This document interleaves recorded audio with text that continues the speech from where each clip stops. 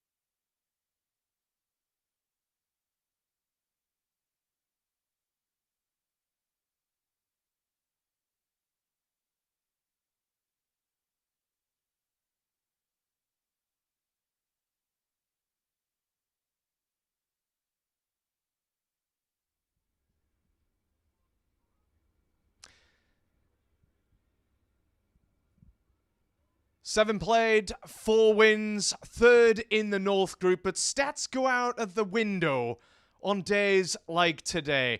Because days like...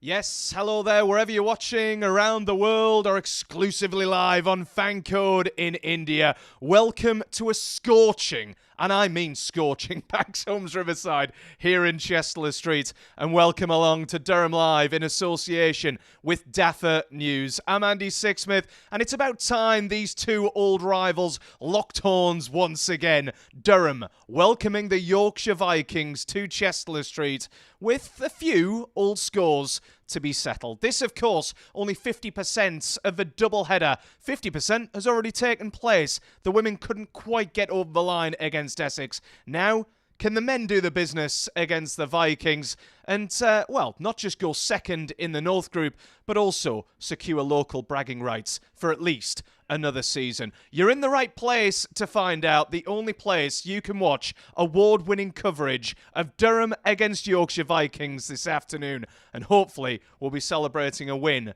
come the end of this one. Great to have you all along, whether you're watching on social media, Twitter, Instagram. Use the hashtag #ForTheNorth to get in touch with us most certainly. Or if you're on YouTube, drop us a comment or send in your questions. We will do our very, very best to answer them here in the Daffer News studio. But rather than talking about the cricket necessarily straight away, we're going to start things off a little bit differently, because this one's been termed Rivals Week and Rivals Day, which has been dedicated to the wonderful work done by the Durham Foundation. And I am absolutely delighted that rather than Rob Rush and Ash Thorpe joining us in the Daffer News studio, we were sick of them.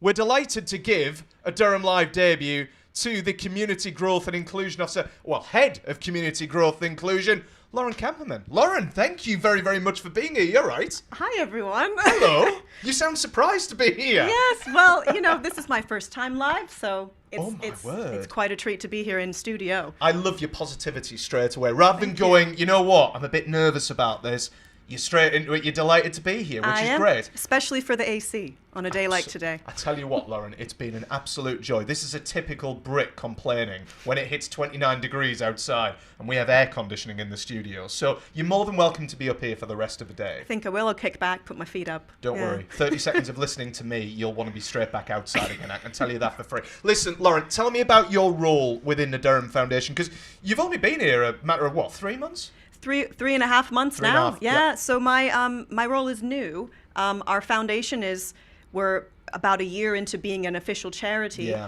being the charity arm of the club.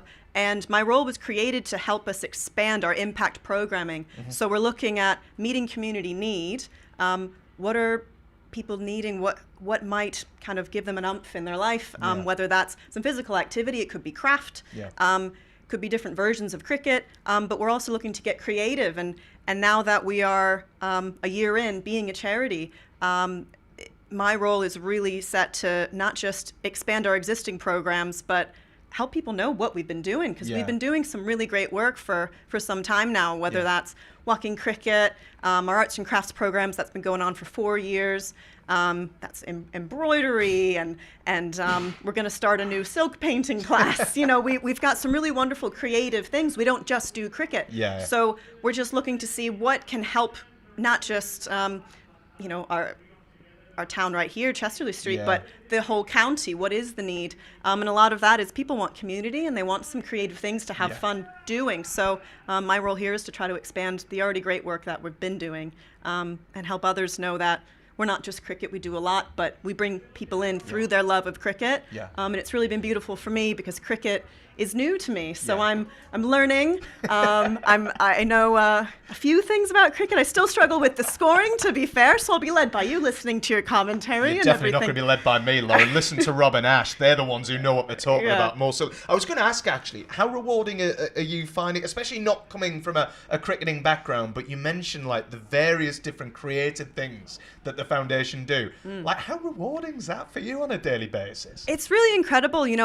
Depending on the day, I could actually go play cricket with one of our walking cricket groups.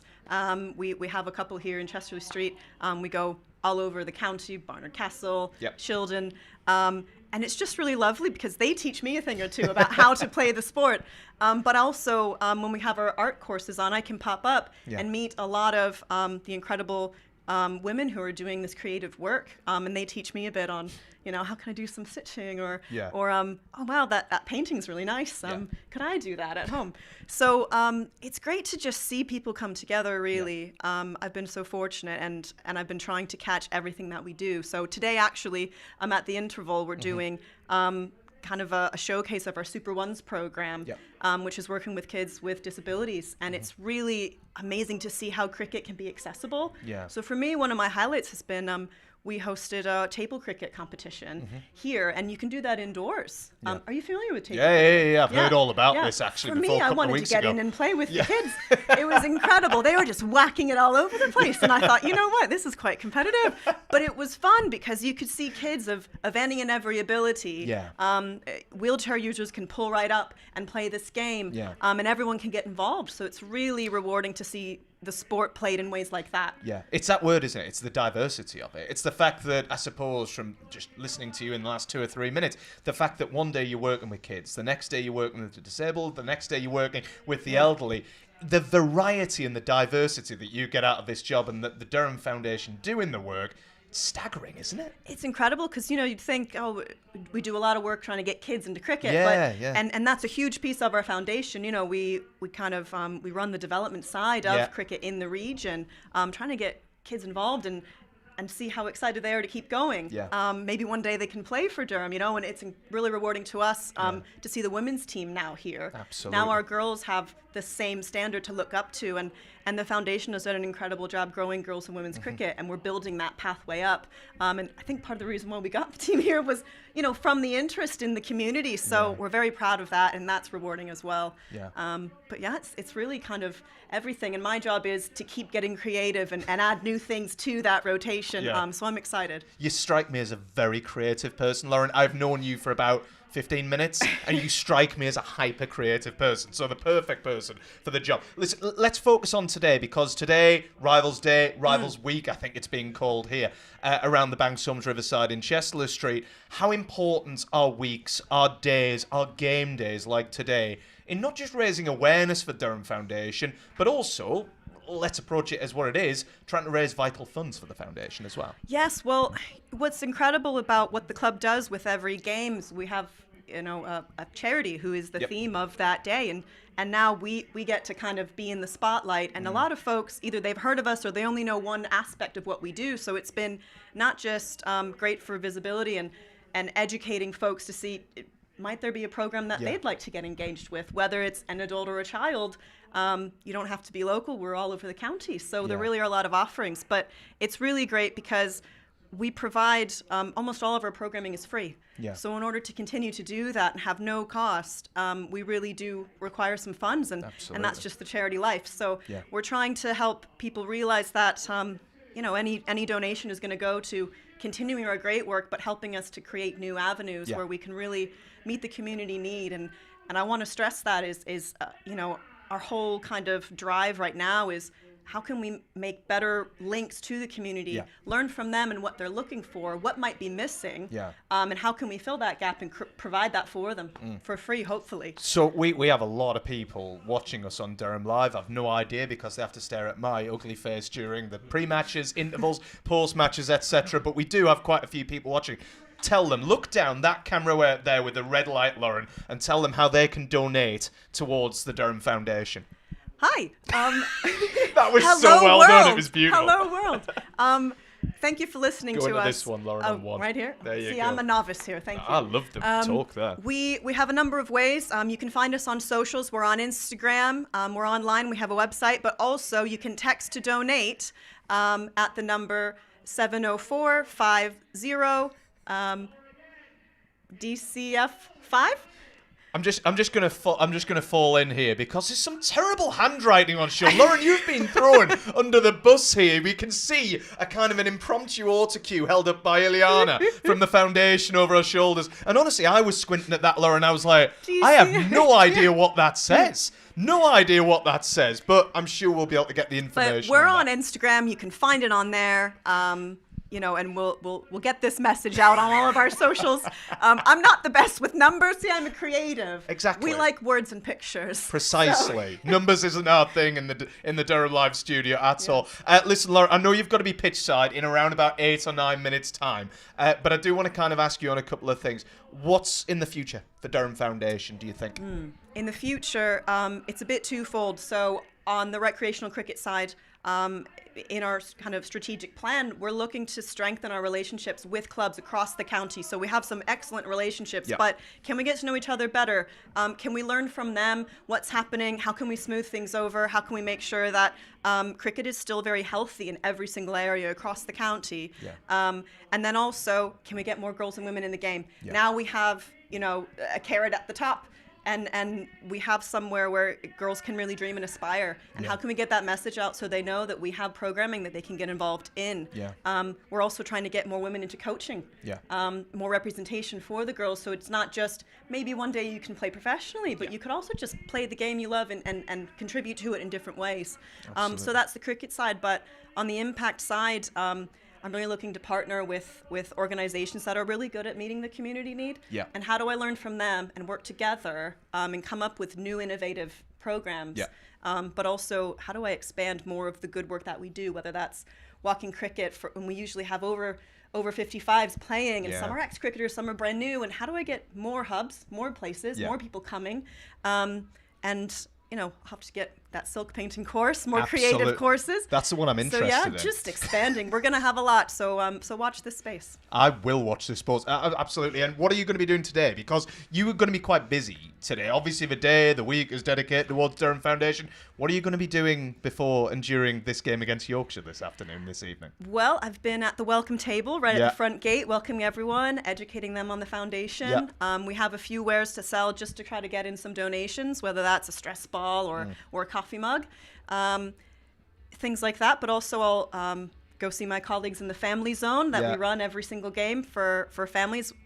Kids get in there and they can learn how to bowl and they can catch, and some of the seasoned ones are going there for training. But and we have glitter tattoos, so I'll be going back and forth. And then we have our Super Ones and VI team demonstration at the interval, so I'll be busy looking at that. You will be very, very busy. You'll be busier than Ashley Thorpe, and Ash Thorpe is a very, very busy man indeed, doing his pitch reports, which we'll come to in a second, and also his commentary and his punditry duties as well. Don't have him come after me. No, honestly, Lauren, you are replacing, whisper it quietly, you're replacing Ash Thorpe on Durham Live. No. You're much better pundit than Ash is. If he sees this, I'll tell him to his face anyway.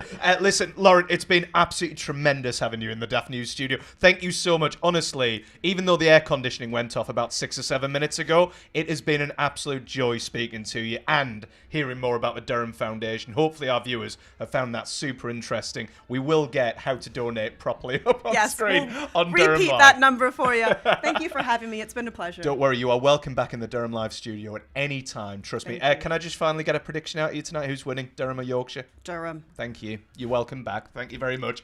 Listen, we are going to be focusing on that. Lauren's going to be heading outside, pitch side, to go and chat to the crowd here at the Banks Homes Riverside, because the crowd is building. Of course, it is Rivals Day today here in Chester Street. Durham welcoming the Yorkshire Vikings. It's a huge, huge game. And I think we might need to check out the conditions. We know what it's doing in the air. It's 29 degrees, beautiful, no cloud in the sky.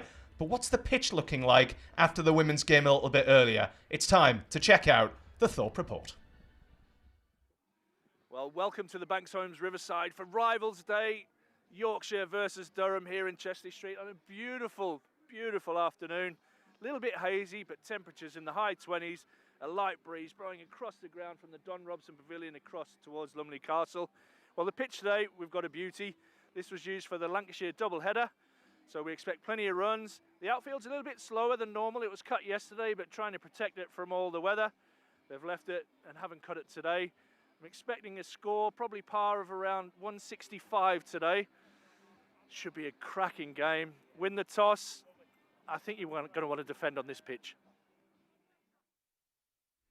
Yeah, brilliant to have the Durham Foundation guys there. Thank you so much to Lauren for her time being here in the Daft News studio, and while she heads pitch side to go and have a chat with people down there and to spread the news of Durham Foundation far and wide, it's our job here in the Daffy News studio to turn our attentions fully to the main event this evening. Durham welcoming the Yorkshire Vikings, looking to make it 5 wins in the Vitality T20 Blast and to go second again in the T20 North Group after Leicestershire's win yesterday evening. Can they do it? You will find out right here on award-winning Durham Live this season. Every ball bowled, every catch caught, every shot struck, and everything in between. You will not miss a second. Largely because we have a dedicated team around us. Not just me. I slink away and I go and watch the game in the sun because the air conditioning's gone off here in the Daffy News studio. But instead, with our dedicated team of camera ops, Ben, who is behind the camera right now, and also pundits too. Ash Thorpe, not a clue where he is. He's probably searching out some ice lollies and searching out the sunscreen. But I tell you what, the dedicated Mr. Rob Rush joins me in the Daffy News studio instead to have a little look ahead to what promises to be a cracking night of cricket. Rob, come on. The sun's out, it's 29 degrees, it's Rivals Day, and the Yorkshire Vikings are in town.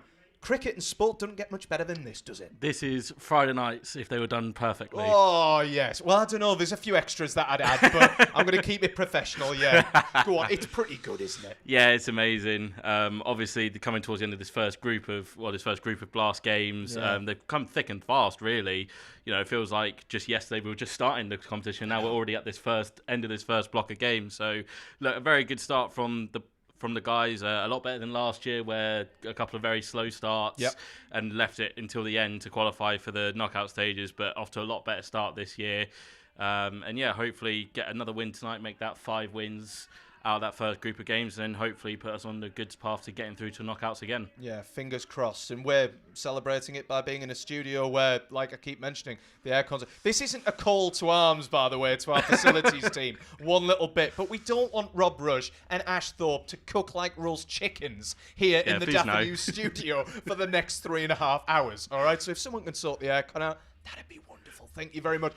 Look, I've tried to do a good job in terms of teeing this one up. It is Rivals Day. It is Yorkshire Vikings. Why does Durham against Yorkshire Vikings mean so much, Rob? It's the closest game that we have, really. I mean, we are a fair bit out of the way here. There is no one really in the close vicinity. But if you were going to put it as the next closest game, it is Yorkshire. Yeah. There's been a lot of good games, not only in the T20 Blast, but the County Championship over the years. We have avoided that, I think, last season with one of us being in Div 1 and the one being in Div 2, but we'll let that slide. But, this is where both sides have got really big names. You've got Alex Lees, Matthew Potts kind of leading it for Durham, Johnny Bairstow, Dan Milan are in for Yorkshire. This is kind of the two closest northern teams, kind of powerhouses. Lancashire also in there as well. But, this is where kind of you make your name. This is, players get remembered for what they do against Yorkshire 100%. And what you do against Durham. So this is kind of the game I think a lot of these lads look forward to when it comes up on the fixture list and the fixture announcements. And it's when you get the extra juices flowing as well. Absolutely. I think we've teed it up rather nicely, and he must have heard us. His ears must have been burning, ladies, gents, boys and girls, because to the door to my right-hand side, the hardest working man on Durham Live is back from doing his post-match interview with Danny Hazel, doing his pitch report as well ahead of Durham against Yorkshire. And I've no idea how, but Ash Thorpe is wearing what looks to me like skin-tight jeans and a long-sleeve T-shirt. Dad fashion. I wasn't going to say that, Rob, my word. Look at this. It's looking good. Come on, Ash, you can sleep past to the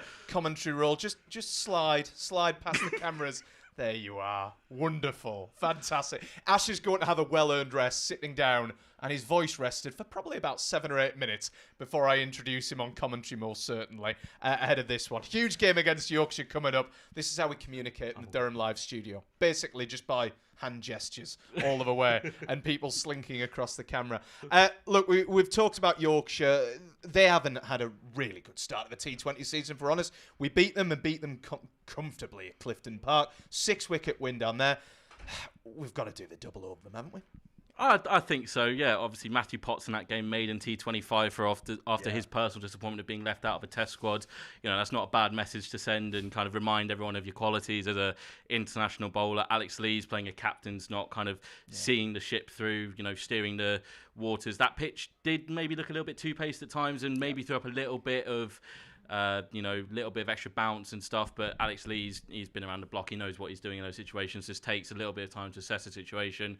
Realises there wasn't an awful lot to chase down. There's no need to let that scoreboard pressure get to you. Take a boundary every over, rotate your strike, get your partners involved in the game, and when you're only chasing about 120, 130 odd, it should be a relatively easy game, and that's what it turned out to be. I have to say, last Sunday when Durham beat Yorkshire, I thought, you know what, 2 wins on the spin on the road anyway. Obviously, there was the home win as well. Durham are looking pretty good. And then Wednesday night came around against the Worcestershire Rapids, where it probably, I think it's fair to say, Ryan Campbell probably would admit, it wasn't our finest performance of the season so far. What went wrong in your eyes against the Rapids, Ross? I think just struggled to build those partnerships. Me and Ash talk about it all the time, probably boring people at home talking about it. But in T20 cricket, it is so important that you can get a partnership going, even if it's just one at the top of the order, if it's one at the back end. Just making the bowling side think about how they're going to get you out. If you can get them to change their fields, if you can get the captain, whoever it is, Dawud Malan tonight for Yorkshire, can you get him into some different field placings that maybe he didn't want to go to as early. And then, just didn't pick up early wickets when you haven't got a lot on the board. I think we got to 155 odd. Will Rose made in T20 50 for the club. He's found some nice touch in his T20 competition so far. But when you just can't pick up consistent wickets, most good sides like that, Isaac Mohammed on debut as a 17-year-old kind of makes me feel a little bit redundant when he can do that. But Rob, you're a heck of a lot younger than I am, mate. So imagine how it makes me feel. But he got them off to a good start, and that's what you need in T20 cricket. So obviously the boys would have got back. They would have analysed the performance. I think it's important not to analyse too much. Don't get too down. Ultimately we still made a good game out of it, and then it's important that the lads that are going out there tonight make sure that they bounce back strongly ahead of what is now going to be a return to the county championship as well on Sunday. Absolutely. I suppose it is one of those where it's a help having a 48-hour turnaround straight back home. Get it. Big day Friday. Get it out your mouth straight away. Put that bitter taste in the mouth. Get it out. It helps them mentally as well. Obviously, a big crowd expected here at the Banks Homes Riverside today, and of course, it's the fixture that they immediately look for, isn't it? Yorkshire Vikings at home. When is that? Is it a Friday night? Are we going to have a big crowd? It's the perfect fixture to just get that defeat, like you say, out of the system. Absolutely. This is a really nice occasion for getting yourself up for the game. Some of these boys, Jimmy Neesham, Zach Folks, it's their last game for a little bit before they jump back out the squad. You're going to have some people jumping back in. So, everyone wants to end this last block of games with a win on the belt. As I mentioned earlier, if we can get that win 5 out of the first 8, you are looking in a very strong position to come out of the group for 2 years in a row where we haven't traditionally in the past been a very good T20 side. We have really struggled to perform well in the group. So if the boys can get a win tonight, I think we're looking pretty good for a knockout spot. Is one of the keys to getting the win tonight getting the Yorkshire big guns out straight away? We did it so well down in York. We got Milan out quickly. We got Bairstow out quickly. Lyth out relatively quickly as well. Is that going to be key once again tonight, Rob, if we're going to get the win? Oh, absolutely. Everyone knows what Dawud Malan and Johnny Bairstow can do in this shortest format of the game. They've done it in franchise cricket. They've done it for England. Yep. We don't really need to talk about how good they are, because that is how good they are. Their record speaks for itself. But, if you can get into that middle order quickly, force them to have to rebuild, not waste a couple overs, but definitely make them scale back their attack. Allow the change bowlers like Nathan Souter in the middle overs. We all know how good he is, but if he can bowl with an even more aggressive field, can you bring Ollie Robinson into the game with some run-outs, trying to create some opportunities? We'll probably see Jimmy Neesham through those middle overs, maybe some Will Rhodes tonight because of how the team is lining up. If we can definitely get into that Yorkshire middle order and really just put the squeeze on, that's something that every captain looks for. It's something that I know that Alex Lees looks for as well. If he can really squeeze, and obviously it means a lot to him being a Yorkshireman at heart. Absolutely, it's a big one for Leesy, most certainly, and it's going to be a little bit before we see those openers for Yorkshire, because Yorkshire won the toss, have decided to have a ball first, putting us into bat. Rob, how are you kind of looking at that one? Because let's be honest, we haven't exactly fired in the top end so far this season in the T20. It's been quite sporadic in terms of collecting big scores amongst our opening 3-4 batsmen this season. Yeah, when the highs are high, when the highs are good, they're really high, and then when the lows are really low. So you do want to try to find that common ground, that little bit of level water, find your tread. Haven't really kind of seen the best out of Colin Ackerman so far, but we all know he's only 1 innings away from getting some runs on the board. Ollie Robinson looks like he's finding some form here at the Banks Homes Riverside. Graham Clark, you've yet to see the best out of him. We all know how destructive he can be. Sure. Alex Lees can go up and down the gears, whether he can accelerate, he can kind of sit at one end and let everyone play off him. It is just important that 6 overs try and get through with the loss of just 1, if not no wickets. Really, you don't want to be 2 down or 3 down. Ryan Campbell always talks about it. If you're 3 down, you lose 80% of your games in the power play. So you got to make sure you can get through those opening 6 overs, put Yorkshire under some pressure, and then you can try and pick them off in the middle as well. Well, it's one of those nights, one of those days certainly, where batting miracles can happen. And I tell you what, a miracle has happened in the Daffy News studio. Someone in the facilities team has been watching Durham live, because all of a sudden the air conditioning has come on. Reason to celebrate here in the Daffy News studio, certainly, folks. Rob, we're only, 3.5 minutes to go until the start, so very, very quickly, a little bit of team news. Ben McKinney in, Ben Rain out. Yes. What do you make of that one? I think it's probably just what we alluded to with trying to get a little bit more batting in that top order. Rainey has been up and down the order a little bit. I thought maybe it was kind of keep that right-hand, left-hand combinations going.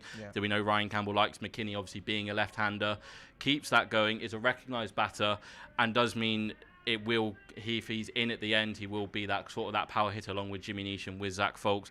It does obviously take away Rain's bowling, so you probably, as I mentioned, you are maybe going to see some Will Rhodes tonight, which he hasn't really done so far. He's I think down at Leicestershire he was kind of batted 8 and didn't bowl, which is unusual for him. So I think they definitely would have seen what gone on with the women's game and thought, runs are crucial. So obviously Alex Lees and Graham Clark are key to that, and Ben at the back end of the innings will be important to it as well. So quickly, who's winning? You know the answer, Durham. I thought you were going to joke and say Yorkshire there for a second. Listen, Rob. I like my job, Andy. I like my job. We like having you here, Rob. I'll tell you that for free. Thank you very, very much, Rob. You're heading over to your commentary seat because it is almost time. You can see the Durham openers, Alex Lees, the captain, and Graham Clark walking out to the middle. Huge crowd here at the Banks Homes Riverside. It's 27, 28 degrees. Beautiful weather outside, and it is Rivals Day. Durham against the Yorkshire Vikings. Can Durham make it 5 wins out of 8 games in the Vitality T20 Blast so far this season? And can they, more importantly, secure bragging rights, local bragging rights, for yet another season? Shall we find out? Of course we should. Let's join your commentary team. You've just heard from him, Rob Rush. But first, here he is, the main man, with his shorts back on, Ash Thorpe. Shorts are definitely back on. She's a warm one here at the Banks Homes Riverside. Going to see Will Sutherland take the new ball. Must have recovered from I believe he had a broken toe and unable to bowl for a couple of games there. But just having a look at this Vitality Blast table, and it is very, very tight at the top. Northants on 24 points, Leicester on 20, Durham 16, Lancashire 16, and then the Bears, Worcester and Nottingham on 12. So lots to play for here tonight. It'll be Graham Clark on strike to face the first ball from Will Sutherland from the Lumley end. And it's driven, not timed, and they will get through for a single. Rivals night, Rob. Beautiful evening here. Big crowd in now. If you have a look across to the Don Robson Pavilion and then across to the LNER stand, which will be absolutely baking over that side. The smart ones in the shade. But probably Durham's best crowd of the year so far. Oh, absolutely. It's great to see such a lovely ground up here that, because it's a little bit out of the way, does get neglected by other cricket fans, but there's no place I'd rather be to watch some cricket. There you go. That one's pitched miles outside leg stump, but will be a leg by. Be interesting to see what a good score is on this pitch. We saw it is a pitch used for the Lancashire doubleheader. And having a chat to the Durham women's batting coach and some of the Essex staff in the break, I'm not sure we're going to... I thought about 165 would be par on this pitch. But both teams have good spin options. Yorkshire have 3 spinners in their lineup. Clark drives and brilliant fielding. Very, very good fielding. Is that Don Bessett mid-off? I think so, yeah. Scrambling away. He's just hurt his neck a little bit there as he's dived. But good work from the off-spinner. He'll definitely be one of the options. Bowling off spin, you've got Moriarty who bowls a bit of left arm spin. And you've got Jaffa Chauhan, who's an exciting young leg spinner. Lees advances and gets that right off the toe of the bat. Adam Lyth at first slip. Then you've got some good pace as well with Will O'Rourke, the New Zealander. Jordan Thompson just signing a contract for Warwickshire. Very, very interesting move for him. Yeah, tough for him obviously to leave all he's ever known really in Yorkshire, but he's going to make that move at the end of the season to go join the team down at Edgbaston. Very interesting move. Surprised. Jordan Thompson being a big part of any success that Yorkshire have had. He's driving but not able to time it. Will Sutherland, the big Victorian, gets down and fields well. But it's a lineup you look down. Adam Lyth, Dowd Milan, Johnny Bairstow, stacked with international experience at the top. Then you've got Will Sutherland, Dom Besson international, Will O'Rourke. So they've got some good depth. Not had a great start to the campaign so far. Sitting in 8th position on the table. That one's short and pulled away off the toe of the bat. Has it carried to mid-on? And I'm not sure that it has. Alex Lees certainly isn't going anywhere. Dom Bess is not convinced either. And a little scare for Durham at the end of the first over. It'd be interesting to see if Yorkshire go to spin straight away in the power play. 2 on the board. Sorry, 3 on the board.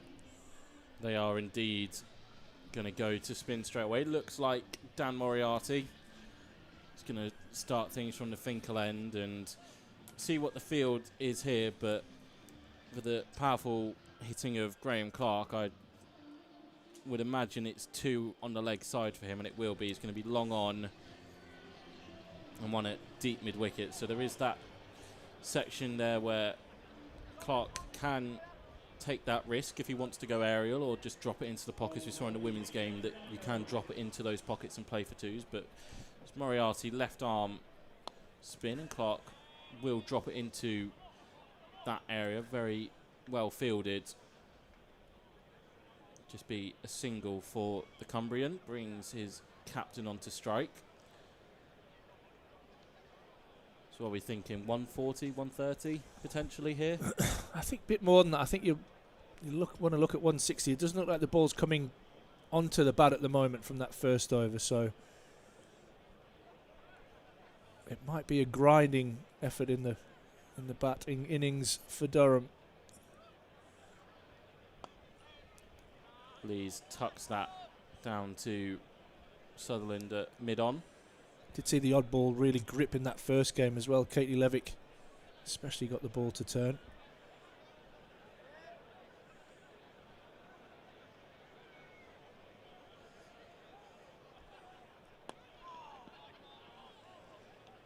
Clark drops that to long on. Tom Best doing the fielding there. Not sure if it's the physio or the S&C.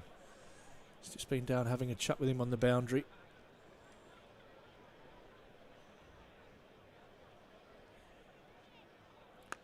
Lees looks to cut, but it's straight to Milan. Very gentle approach, isn't it, from Moriarty? Former Surrey man. Yeah, going to change angle, as you can see on your screen. Maybe try tuck Alex Lees up for room. Lees instead opens up his stance and gets it onto the offside, but again, just for a single. Yorkshire with a tight start so far. 7 coming from the opening opening 11 balls.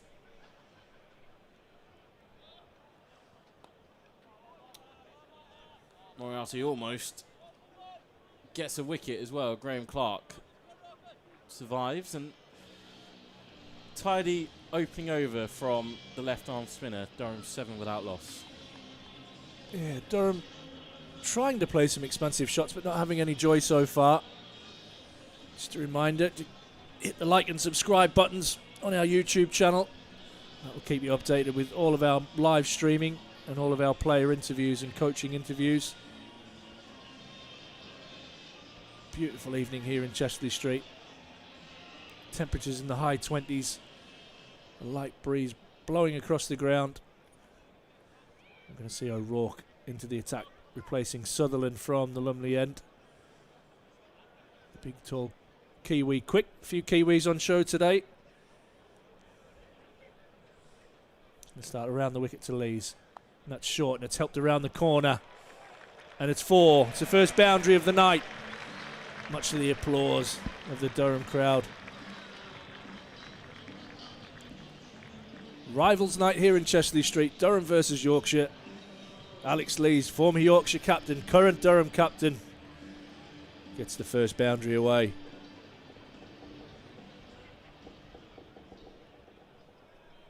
Bit more pace on the ball from O'Rourke. Yeah, trying to zip one through the defences.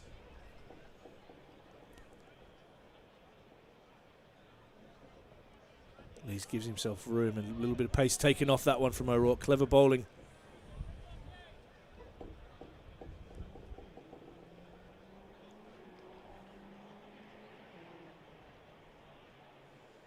Graham Clark just getting his bat checked and through the gauge. Umpire Lloyd at the Lumley end. Umpire Pratt officiating at the Finkel end. Phil Whittaker's the match referee. Pace on and pulled. Will it get over mid-on? It does just. Dom Bess's outstretched hand. Very close to a couple of catches, Dom Bess. But he can do no more than go and retrieve that one from over the Toblerones. Lees picks up his second boundary in 3 balls. And Durham all of a sudden on the move. I think we'll see a lot of that from the Pacers tonight. That pace-off approach, sort of maybe slightly into the pitch, your more cutters and variations of that variety. It seems like that's the way to go, particularly when on a used wicket. There's a really good covering of grass on it, but you're absolutely right. It is a used pitch, like we said, used for the Lancashire double-header. And this one's slapped down the ground by Lees, just opening up the right hip. And bludgeoning that one back past the bowler for 4. It's almost as if he's taken offence to Will O'Rourke being brought on to bowl. Really delivered that one with some venom. Straight back past O'Rourke's taken 12 off him from the first 4 deliveries of his spell. That was brutal, wasn't it? 19 now on the board.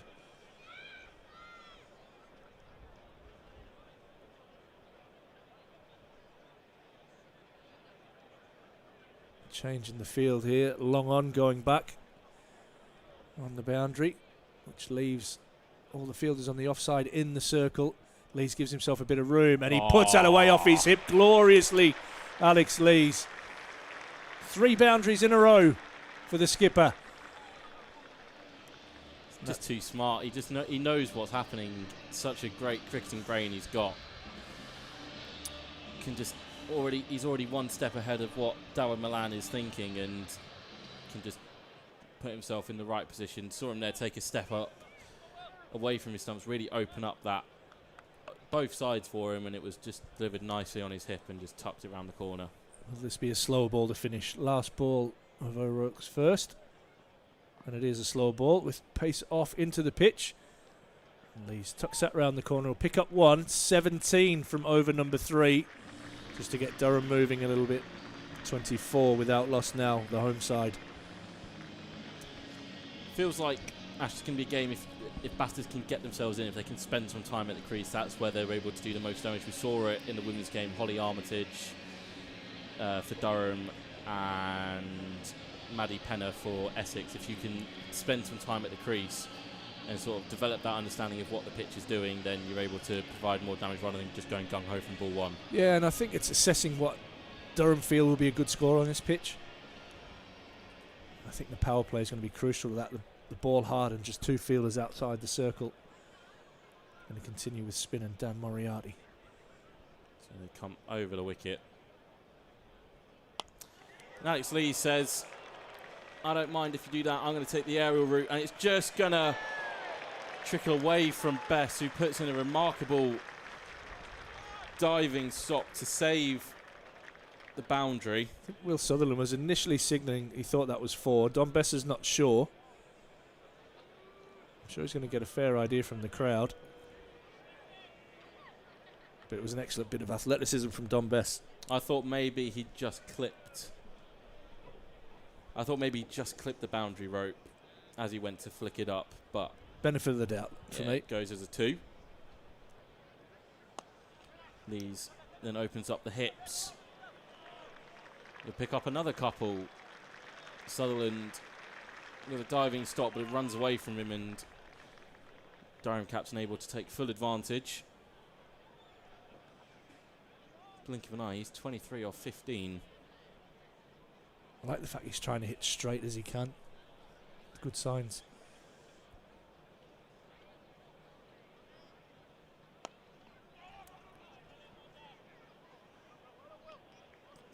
Good running as well, taking that single one off her. Graham Clark not quite been at his sparky best yet so far in this T20 Blast, but as is the case for pretty much every battle, you're only 1 innings away from getting back into form. Big hoik across the line there, doesn't make contact, will scamper through for a leg bye. It's quite a good field, that to Graham Clark. He's not a prolific sweeper, so they've got the 2 men in on the leg side behind square.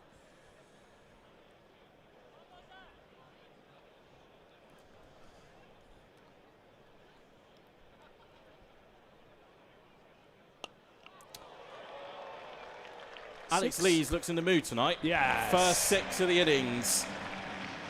The ex-Yorkshire captain trying to do damage against his former side, and he races away to 30 already. And again, looking to hit straight. Not perfectly timed. I have to say, muscled that one, Alex Lees, probably down towards the toe of the bat. But great intent from the skipper. 36 without loss.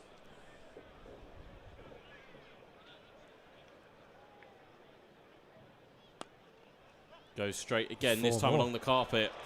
That will be 4. Alex Lees is on the charge. Yorkshire bowlers beware. 40 without loss. Great couple of overs for Durham. In particular, the skipper, who's marched on 34 from just 18 balls. Durham 40 without loss after 4. Tens after 2 very quiet opening overs. That one from Moriarty. And the over before from O'Rourke. Really going the journey. And Will Sutherland back into the attack, and I think you'll see that Yorkshire bowlers really, especially the seamers, trying to take the pace off the ball. That's how Durham adapt to that now. Saw pace really go there, and Moriarty's second over going the journey as well.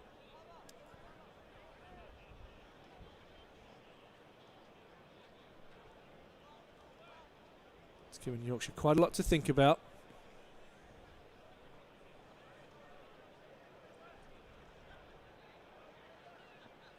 Clark backs away and carves that one through the offside, but he'll find the sweeper out on the boundary. It'll just be the single.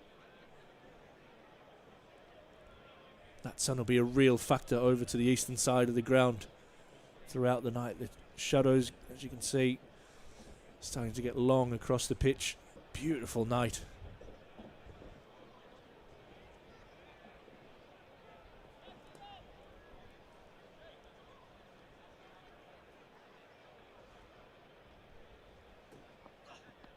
Lees tries to hoik that one over the leg side. But quite a nice length from Sutherland. Not far off the longest day of the year, are we? So I don't think we'll need the floodlights tonight, the way that this is going. Might save on the electricity bill. Clark just coming and having a word with Lees, who's just like, mate, I'm going here. They would have brought up on the offside.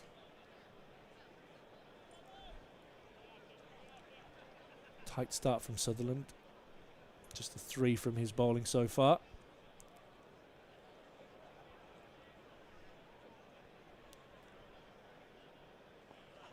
That's a full ball. Strikes Lees on the foot. Maybe just outside leg stump.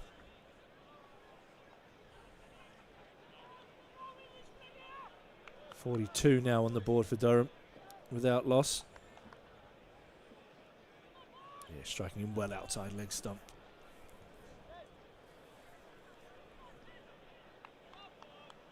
Brings Clark back under strike. Hasn't had much of the strike so far. This time he scoops it.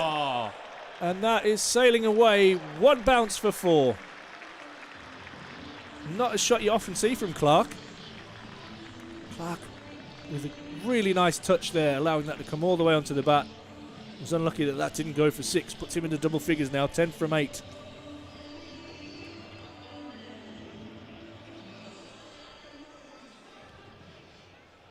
And that's the life of a fast bowler in T20, or any bowler. You bowl your best ball right on the money, and he gets flicked nearly all the way for 6. This time he backs away, and it will be a wide, and Lees races through for an extra run, so that'll be 2 free runs for Durham. Good footwear there from Adam Live. Yes, Junior Bumble raises the arms. 48 without loss.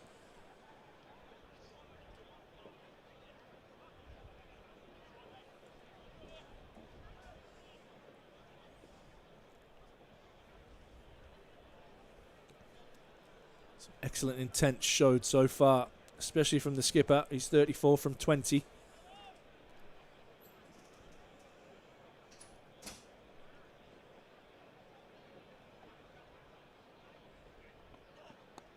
It's a good hard length that from Will Sutherland. And importantly, the line. Lee's unable to get his hands through the ball. Just tucks it away into the leg side for a single. Last ball now of the 5th over. Durham 49 without loss.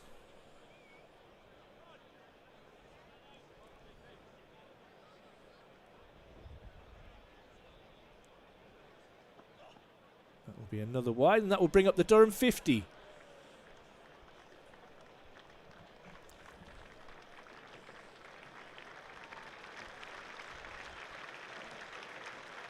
Coming in just 4.5 overs, 50 in 18 minutes.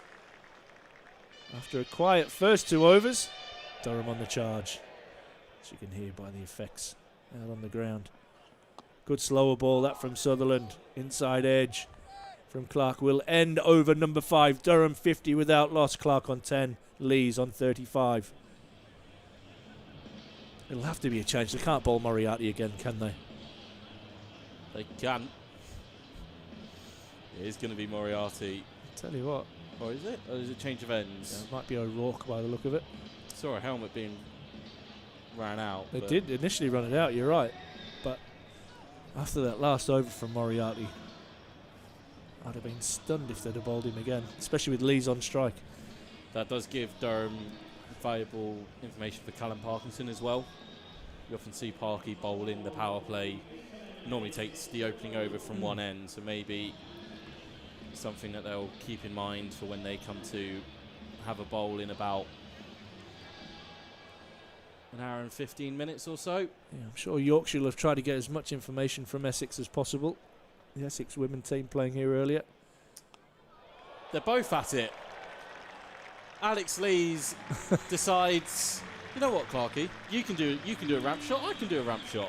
I don't think I've seen either of them play that before. Both normally power players. They're normally in front of square. Yeah. Yeah. Alex Lees. Delicate. 39 from just 22 for the Durham skipper. He's looking in good touch tonight. With O'Rourke. Expensive. Yeah, 21 from 7 balls for O'Rourke. It's going to bring third man. He was quite wide. He's going to bring him into the circle and send long on back. Deep backward square is the other man out. Alex Lees is going to pick him out perfectly with a pull shot. He'll just rush up to him on the bounce.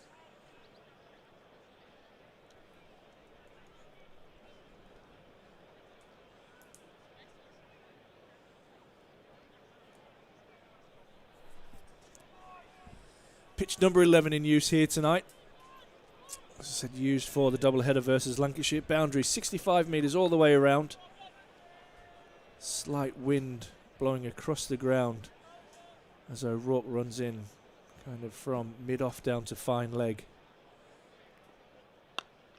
Graham Clark steps away from that one. Manages to carve it up to Sutherland for a single. Not perfectly timed by Clark. Ground looking an absolute picture. Victor Main and his crew doing superbly well. We still need that. We still need him. We need him on the stream with a straw hat. We'll have to get Jay and the boys on it.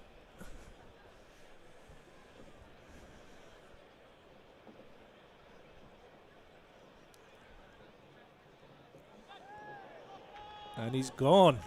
He's indeed trying to play that one off through the offside. I don't think Johnny Bairstow can quite believe it, but Alex Lees does have to go. It's a fun while it lasted for the Durham captain. He's got his side off to a good start. He's gone for 40 with 6 fours and a 6. 40 from just 24. Durham lose their first. And walking out, Ash, at number 3. I wasn't quite expecting this. Well, I was. But his first T20 appearance of the season, Ben McKinney strides out at number 3. Yeah, I had a quick chat with him before the game, asking him what his role was going to be today. We spoke last night. I wasn't sure if Ben was going to play, and he wasn't sure either, but he found out today that he was going to bat 3 and they were going to rest Ben Rain, which I found very interesting. So is that like for like? Are you going to have a bowl? To which he says, he had a bowl at the England Lions game. He says, yeah, I had a good spell last week, but I'm sure he will not be bowling tonight. But full credit to Will O'Rourke there. He's gone around the park a little bit, and what he's done is he's just run his fingers across that ball, getting the outside edge of Alex Lees, who's got Durham off to a nice start. 40 from 24, Durham 56 for 1, with 2 balls remaining in the power play. Alex Lees getting a warm round of applause as he moves from the dugout to the change rooms. O'Rourke around the wicket to McKinney, who defends into the offside. Last ball of the power play. Yorkshire will be happy that they've picked up that wicket, but the runs have still come relatively quickly from a Durham perspective, currently sitting at just under 10s at run rate. I think on this pitch that's a good start. It's a crucial start to get not ahead of the game, but right into the game with a bit of confidence with the bat.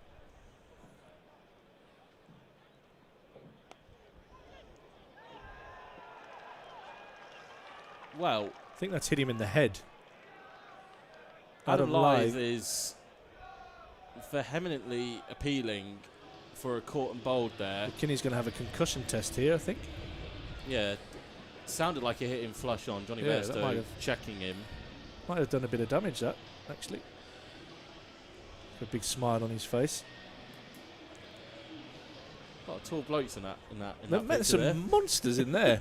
McKinney, O'Rourke, Sutherland, Wharton and Luxton as well. It's not often McKinney looks small in a group of people. That is the power play done. 56 for 1, Durham are. Ben McKinney, we thought he was going to bat lower down the order. Spoke to Ryan Campbell before the tournament, and he kind of alluded to the fact that Ben may be used more in a bit of a finisher role. Yeah, obviously been away with the Lions, hasn't been able to play the opening 7 games of the Blast, but brought in tonight and parachuted up to number 3 means Ollie Robinson and Colin Ackerman will drop down. Yeah, it gives good depth, 5. doesn't it? You look at that batting lineup now, and you've got Ollie Robinson, Colin Ackerman, Will Rhodes, Jimmy Neesham, Potts, Zach Folkes. So there's some good power in that middle order now. It just gives the batting a little bit more depth, and no doubt the bowling is a little bit weaker. As it probably does open up an opportunity though for Will Rhodes to have some overs. I don't think he's really bowled yet so far. Yeah. In the competition, maybe the opening game against the Bears, but since then he's not really. He's been kind of used as that number 7 or 8, just there to bat and not bowl, which he's admitted is a new role for him. But overall, he came to Durham because he wanted to play T20 cricket, and he's had that opportunity. Yeah, absolutely right. Still good options there. You look at the bowling group. You've got Parkinson, Souter, Potts, Folkes, Neesham, Will Rhodes, Colin Ackerman. All more than capable with the ball. So there's still good options for Alex Lees. Going to see Dom Bess into the attack. Yeah, you've got multiple ways to fill your 20 overs. I mean, off the top of my head, you can count Folkes and Potts in for 4, spinners for 4, so that's 16 already accounted for. You then got 3 options to bowl your remaining 4 overs. Yeah, there's 7 options there in total. Dom Bess is going to start around the wicket to Graham Clark. First ball outside the power play and driven nicely through the leg side. The other thing, McKinney being out there at 3, keeps a right-left. Just keep Yorkshire moving around in the field. Obviously not as tiresome as it would be in red ball cricket, with the fielders being spread about all over the place, but you can see now just having to take that extra time, making sure they can shift all the fielders out. 3 back on the leg side for McKinney out towards the Daffabet stand. McKinney tucks that away into the leg side. O'Rourke will do the fielding. Interesting to see this phase of play here. I think we might see Chauhan come into the attack as well. 3 spin options that Yorkshire have. Clark drives that out into the deep. They'll look for 2. McKinney will touch and send Clark back, and it's a good call. It's a good bit of fielding out there. Jordan Thompson, maybe?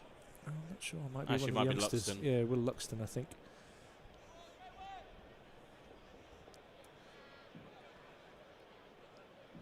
Luxton and Wharton.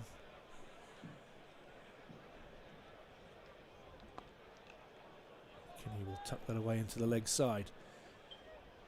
Like you say, just keeps the fielders moving. One of them in particular, I'm trying to think who that is. They're running. Can't quite see the number on his back. Running from deep mid-wicket to long on for the left and the right-hander. That's pulled away out into the deep by Clark, and he gets plenty of it, and it goes for 4. This is what they want to do now, Durham. Can they just pick up 7, 8 and over in this period after a solid start, and then look to launch at the back end of the innings? So they've ticked that first box in terms of not losing 2 or 3 in the power play. Yeah, saw 4 in the women's game. Clark comes down and hits that straight of long on, and it's a good bit of fielding there out in the deep. And it's just the single, but that's a solid over for Durham. 9 from it, 5 singles and the boundary. 65 for 1 on the board. Clark on 14, McKinney on 2.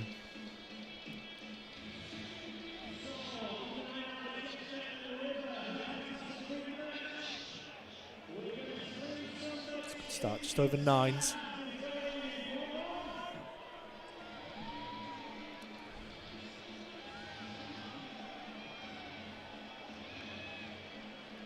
Will be leg spin from the Finkel end, Jaffa Shahan. Just been picked up in the Big Bash auction. Yes, I was looking at that earlier actually. Been involved in a few England white ball squads, potentially looking to mould him as the future leg spin option after Adil Rashid. Graham Clark rocks on to the back foot and cuts him away to the cover point fence for 1. Thompson out there covering that area. Rayan Ahmed's not going too bad as well for Leicestershire. He looks to be involved in England squads. Sydney Sixers, Chauhan, along with Baba Azam and Sam Curran. That's the overseas. Well, McKinney went for the switch hit. Good balance. Got none of it and almost felt like a... Because he's so tall, it's like when a giraffe loses its balance. Just about managed to keep his feet and, most importantly, stay in his ground, so that Johnny Bairstow's appeal for stumped was falling on deaf ears from umpire Lloyd.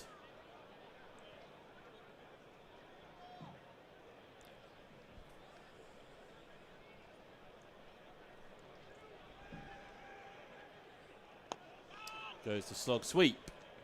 down to long on. Bairstow, as ever, enthusiastic behind the stumps. Yeah, there'll be a word or two, no doubt, for the youngster. Like to see McKinney hit strong and straight down the ground. If he gets half of it, it will go all the way.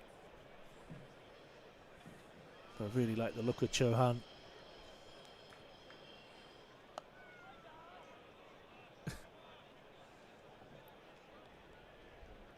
He's settled into his spell nicely. Just the 4 off the over so far.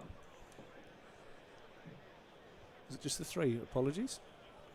I'm already ahead of the game. You can Watch predict. I don't think McKinney's looking for singles.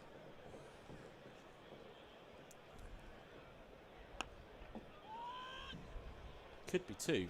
Will be easy too. Forcing Luxton to run round from long off. It's good for McKinney. I think he's picked the wrong in there. Opened up the offside.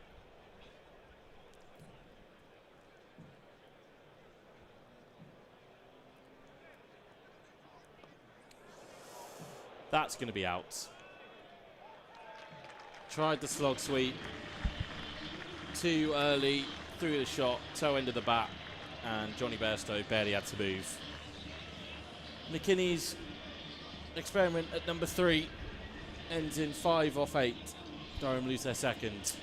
Yeah, disappointing from Big Ben. Trying to play across the line of the spin. Lots of overspin on that. Another googly from Chauhan. It just opened up the leg side for McKinney. Took another fielder across to the offside. McKinney top edges that one straight into the waiting gloves of Johnny Bairstow. 70 for 2 now. Colin Ackerman stays at number 4. Haven't quite seen the best of him yet with the bat so far in this T20 Blast, but very experienced campaigner, knows his game, knows he's only 1 innings away from getting back on track. Yeah, he was involved in a really good partnership the other week with Ollie Robinson when Ollie had his night out.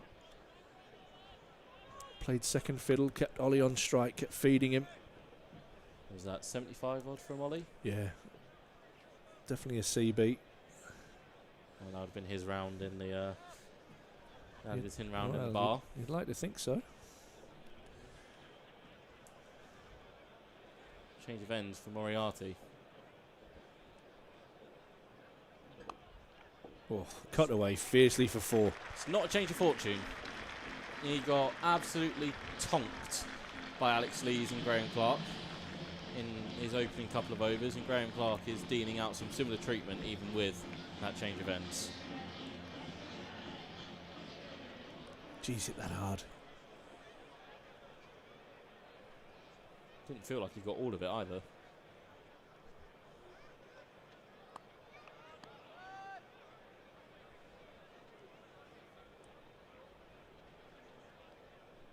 This is a night we need Clark to go on and score that 70-80. That could be a match-winning contribution.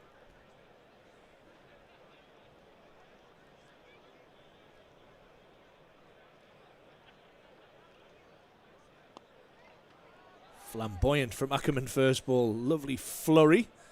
Doesn't quite get all of it. It goes to long on for a single.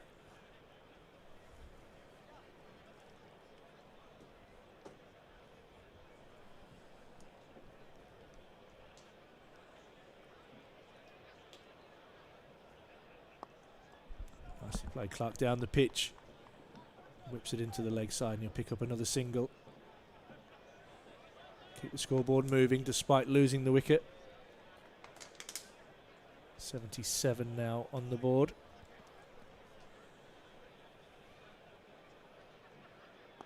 Ackerman hits that into the leg side. They're going to look for 2. It's a good call. I think that's Will Sutherland out there. He's brilliantly in. Excellent athlete for a big man. The advantage of having 2 right-handers in now for Yorkshire is that the fielders can stay in the same positions.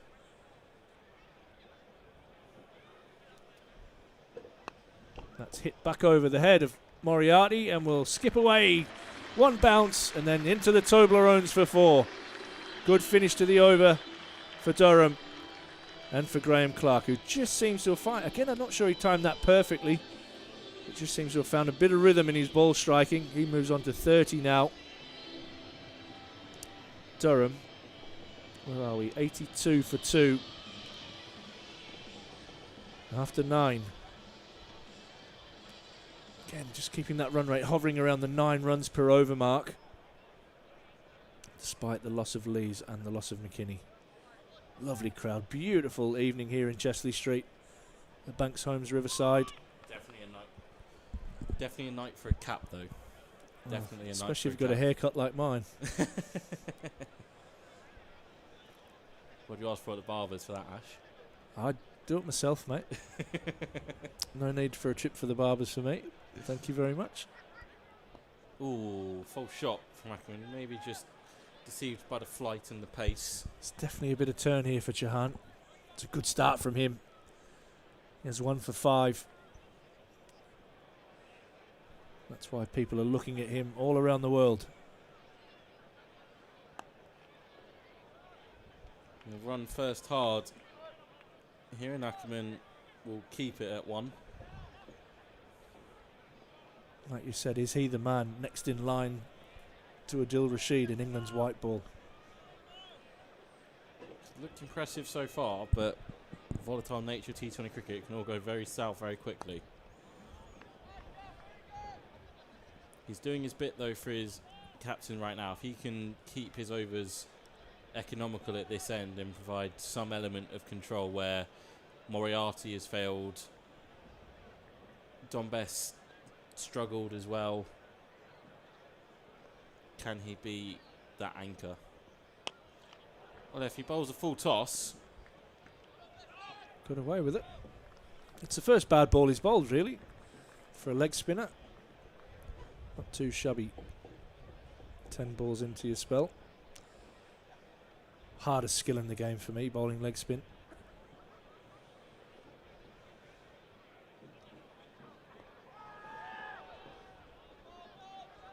half-hearted appeal for LBW. Tidy over so far, just 3 singles from it.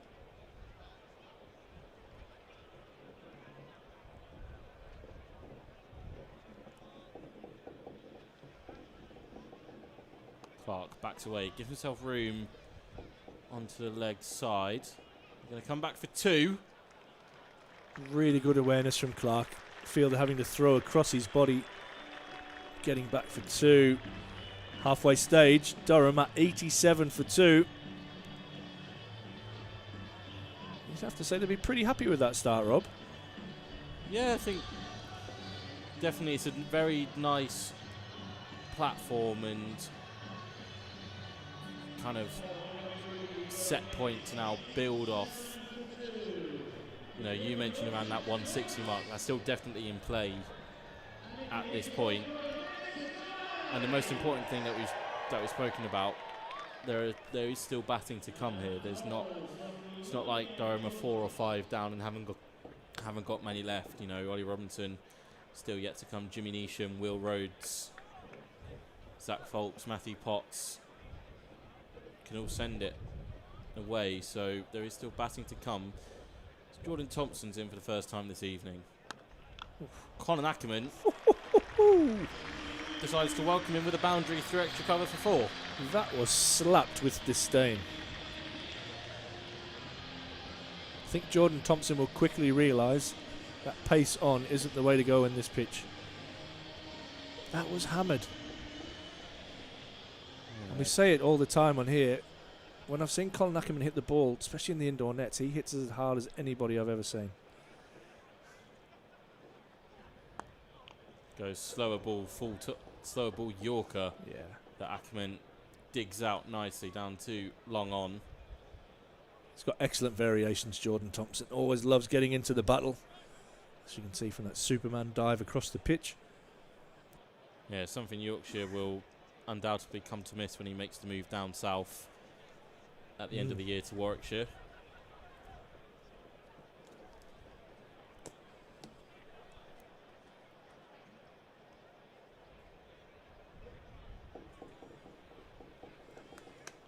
Clark Shot. backs away. Oh, Referee. that's a 4, surely. Crowd letting him know down there, that's for sure. Is it Luxton? Yeah, it is. It's going to go down as 2, but for my money, he stepped on the boundary rope when trying to pull that one back. It's one of those ones, because it's the rope and not the Toblerones, I reckon he's probably all right. He was pretty casual about the whole thing, wasn't he, to be honest? Yeah, allows Clark to get back for 2, though, rather than a single.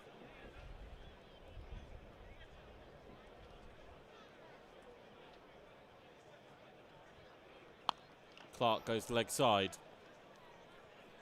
And that will just be 1 down to the fielder at long on.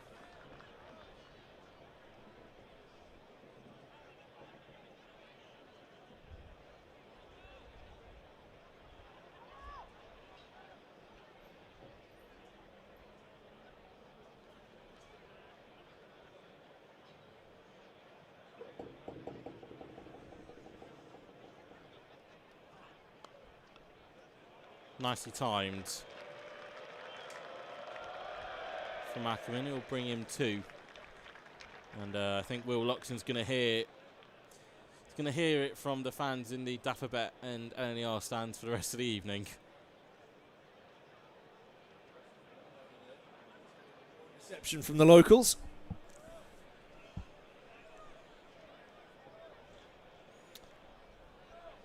Tough looking right into the sun as well.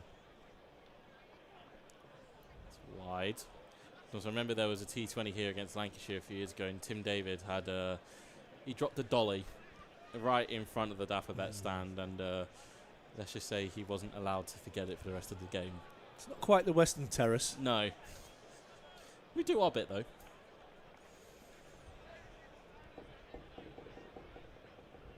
What a night. What a night here in Chesley Street.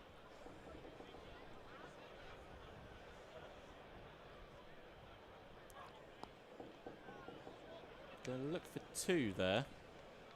But sensibly settle on the 1. But again, Ash just able to just keep that strike ticking over. What's that? 3 singles. 11 off that over. 3 singles, a couple 2s, a boundary and a wide.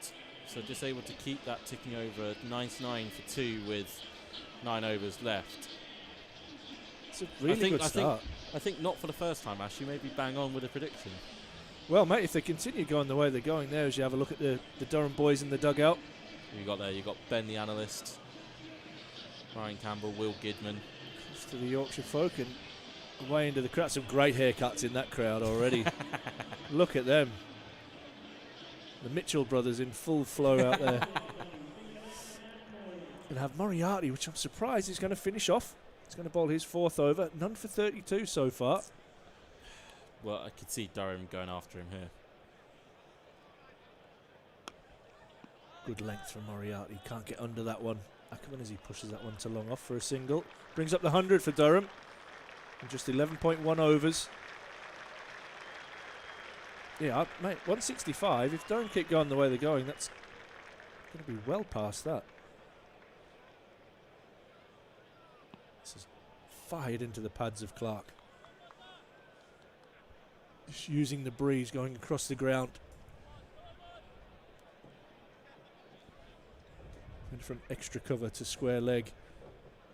As you look on your screens for the left arm round the wicket bowler, Clark backs away and cuts that one. And pick up a single. Just trying to give himself room, trying to beat those 2 fielders in the circle behind point. It's a good start this from Moriarty, just the 2 off the over so far. Can he get out of it? And another dot. Dots of gold here for Yorkshire. Todd Milan in the covers.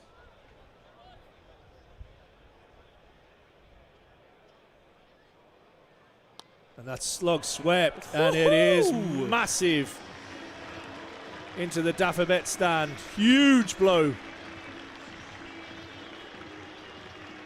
Monster. 6 runs. Dutch Delight. Maybe that's where we can get some sponsors for the Daffabet Maximum or something to that effect. Might get Andy Sixsmith a pay rise.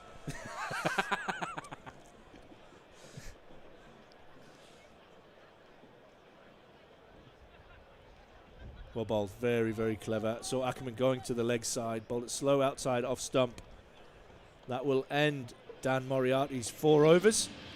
He finishes with none for 40. And Durham, after 12, are 107 for 2. Clark 37, Ackerman on 19. Yorkshire do need a wicket soon, though, before these two can get any more set. And the last thing you want, really, is these two when it's 16, 17 overs and you're trying to bowl your death overs, and these two have kind of seen everything and know how to manipulate the field. Going to be a change of ends for Jafar Chauhan. He's going to come in from the Lumley end. Oh dear. Don't bowl there is my Sixer. advice. The old straight pull shot from Clark. Yeah, you can't bowl there in T20s, even as an off spinner. Leg spinner, even more so. As you mentioned, that's probably the hardest skill in the game for your money, and that's just a hit me ball. That's great batting. First ball of the over, puts the pressure all on the bowling team. Has he got enough of that? Yes, he has. Back-to-back sixes for Clark. And that's 3 sixes in the last 4 balls. That definitely gets the scoreboard moving. Yeah, you can't follow up a drag down with a full toss either, especially to someone who's just melted you for 6 over your head. Clark looking to do some damage. He's currently on 49 from just 29 balls.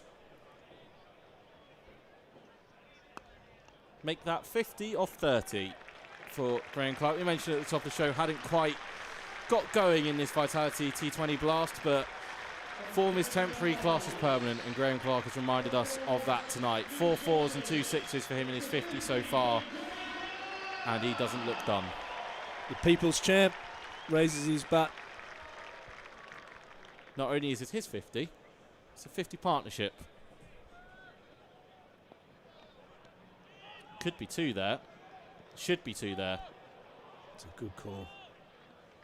Ends up as 1. Thompson flying in that off the boundary. 2 50 partnerships in the game so far for Durham, and again, as a coach, that's ticking boxes to build a big total.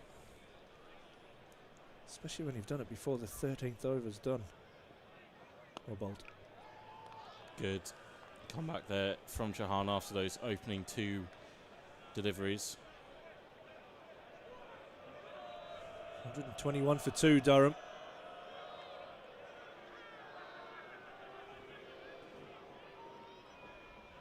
Clark uses his feet nicely down the track. Down to long off. Chauhan goes for 15 off that over. He has 1 more left. Durham 1-2-2 for 2. Richie Benno would be thrilled with that. Chauhan 1 for 25 now from his 3. Will Sutherland is going to come back into the attack. He's been impressive. Just gone for 11 from his 2 overs. Does take him away from bowling at the death, though. Mate, took the words out of my mouth. Great analysis, Rob Rush.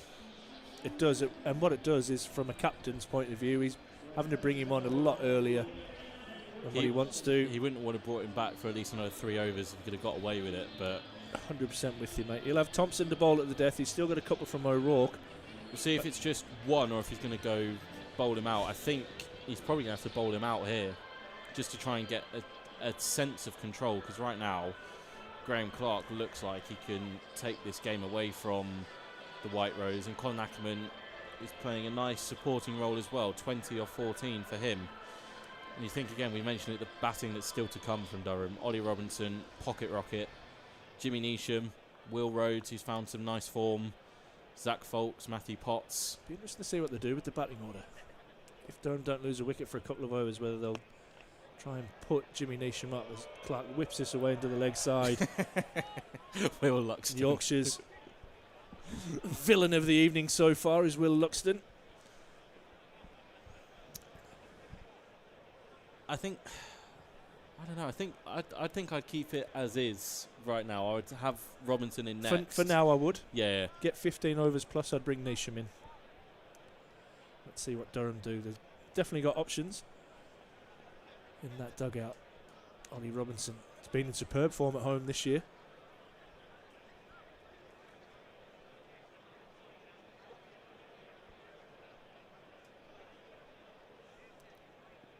Slower ball and swing and a miss. Cow corner open.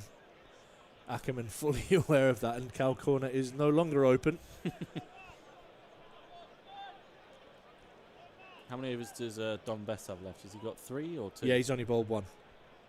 So he might be an option at the death, trying to get the off spinner underneath the bat. But it's a risk. So this Yorkshire may have to take, though. They can't prize a wicket with pace. Third man into the circle now. Ackerman hits that one and hits it over mid-on and all the way for 6. Big blow. Big shot. Big moments. And a big rivals night here in Chesley Street. Crowd getting right into this now. Picked up the length. Got underneath it. 26 now for Ackerman. Oh, great Yorker follow-up. Ackerman does well to whip it away into the leg side. Toe cruncher. Yeah.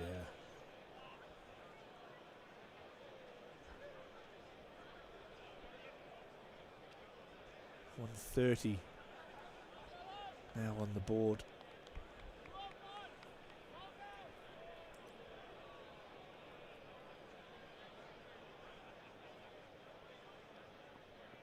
Oh, Clark helps that on its way, but straight down to deep square. Wharton. Wharton does the fielding there. Cap and sunglasses essential. Yeah, you'll need the lot. Umbrella. Probably an umbrella in a drink. Down there. Is Don Best going to get another over here? He's just down in front of us, and I saw him acknowledge, I think, the skipper. Oh, well bowled. Just pace off in a really good line and length, that from Sutherland. 10 off the over again, though, for Durham. Sutherland 21 from his 3 overs, so as you rightly said, he probably would have been one of the death options for Yorkshire, but now only has 1 over left. So Durham transferring the pressure onto Yorkshire, and Yorkshire's captain probably taking away one of the aces up his sleeve. He's going to go back to O'Rourke here.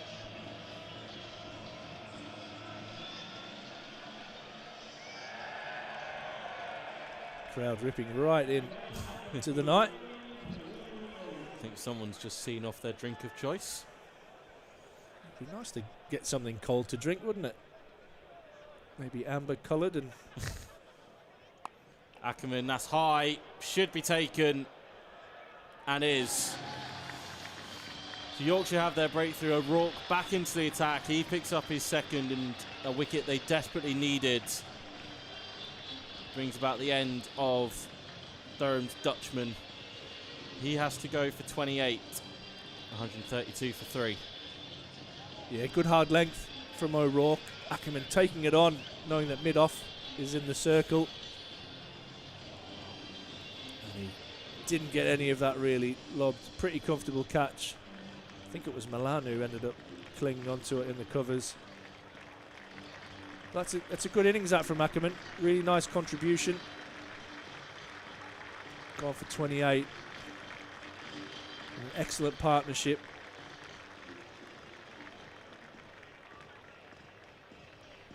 .72 was caught Milan. Bowled up for 28 from just 19 deliveries. And the man mountain, Jimmy Neesham, comes to the crease. Maybe I'm not trying to be as smart, whatever.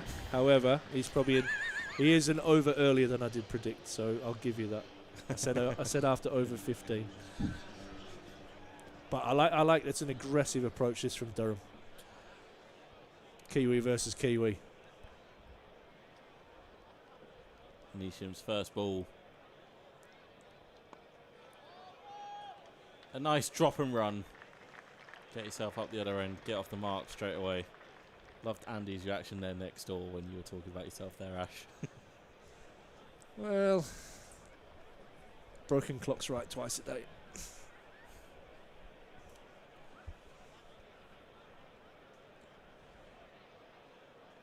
I just think it's in the mindset of the game. I think it's the right move to bring in one of your finishers at this stage, and that will take the pressure off Clark as well. He's got 3 men back on the leg side. Goes that way. He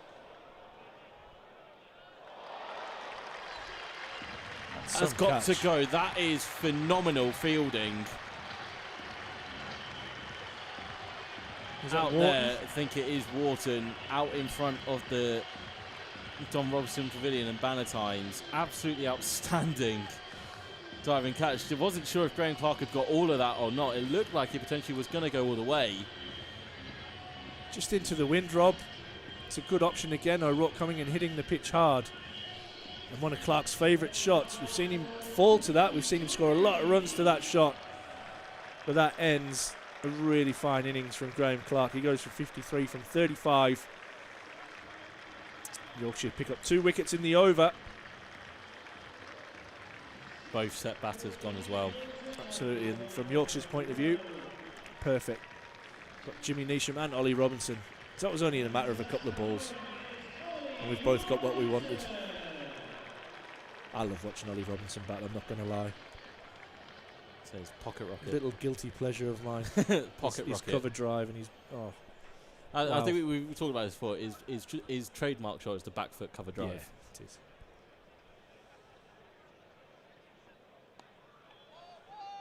He's going to immediately get off the mark with a dab out to the sweeper on offence. Will Luxton fielding that one, and Yorkshire just able to drag themselves back into the game now a little bit more. Will O'Rourke with 2 wickets in 3 balls doing exactly what his captain Milan would have asked of him.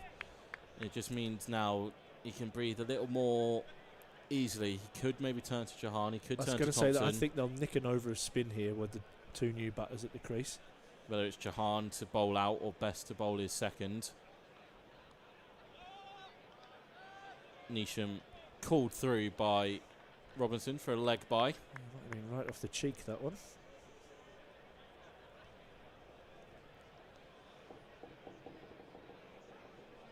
It's a good comeback this from Will O'Rourke. Yeah, he got the treatment second over.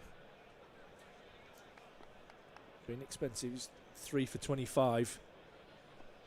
Like you say, just the 2 runs off the bat in this over and 2 really important wickets. That's what you pay your overseas stars for.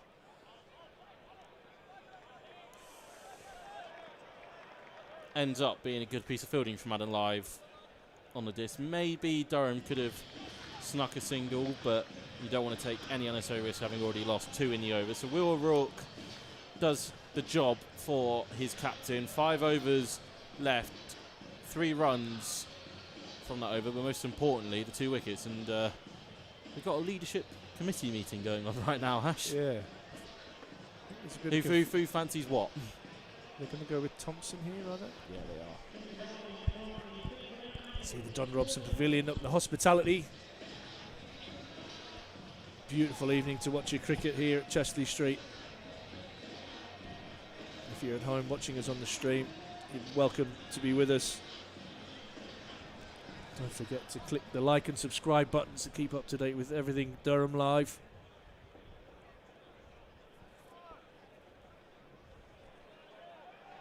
All the matches, all the interviews.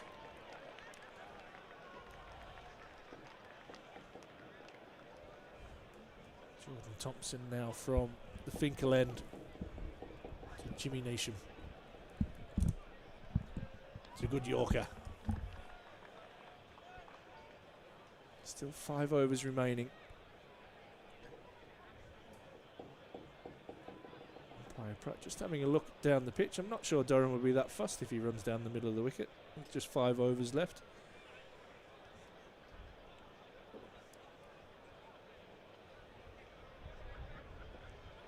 Good skills on show so far from Thompson. And Neesham gets one in the slot. And he doesn't just hit it over mid-off, he hits it all the way for 6. That is timing, that is elegance from the beast. Beautiful shot. Made that look so easy, so uncomplicated, so simple. And I don't think Yorkshire can afford to not have a long off in place. And if they're going to keep mid off in the circle, he certainly can't bowl a half volley on off stump.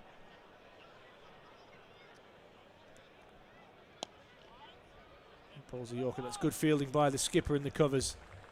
And tumbling away to his left.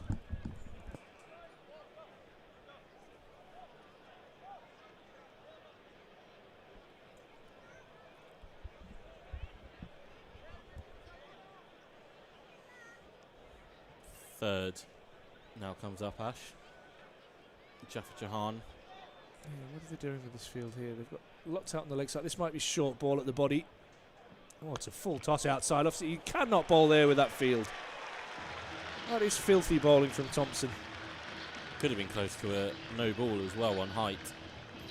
I get taking the pace off the ball. I mean, if you're going to take pace off the ball, why would you have your mid off in the circle? Neesham doesn't miss out. Belts it through the covers for 4. Will Sutherland just coming in for a little chat now. He's going to go round the wicket, just try and change that angle. Still keeping mid off up though. That means this has got to be shortened at the body, maybe with pace off as well from Thompson. And he goes full. It's whipped away. Much better line with that field. It will just be the single. Bairstow does well to reel that one in with the sun. I'm sure he'll be wanting that ball thrown on the bounce in the future. One, that's easier to catch, and 2, it'll soften the ball up. 146 on the board for Durham. Neesham's hit the ground running. He's 12 from 7.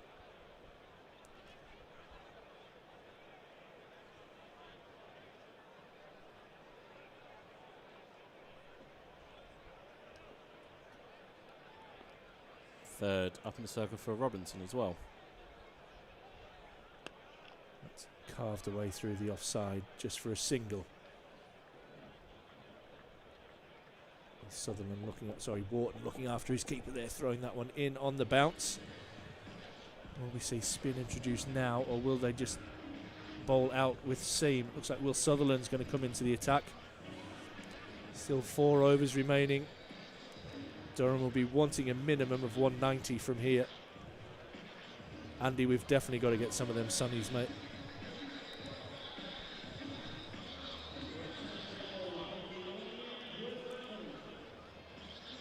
We see people from the northeast with no shirts on during the winter, so it's no surprise. In fact, it is a surprise. I've only seen one without a shirt in the summer. There we go. I'm not sure I want to see that, but there you go. Oh, thanks, lads.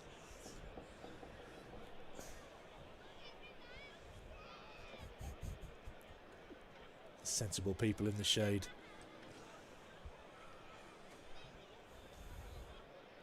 Sutherland to bowl his last over, Rob. Bang on over 17. Ollie Robinson. Get after that. That is what I like. I lost sight of that for a second in the sun, but that is a glorious extra cover drive from the pocket rocket. Oh, I like that a lot.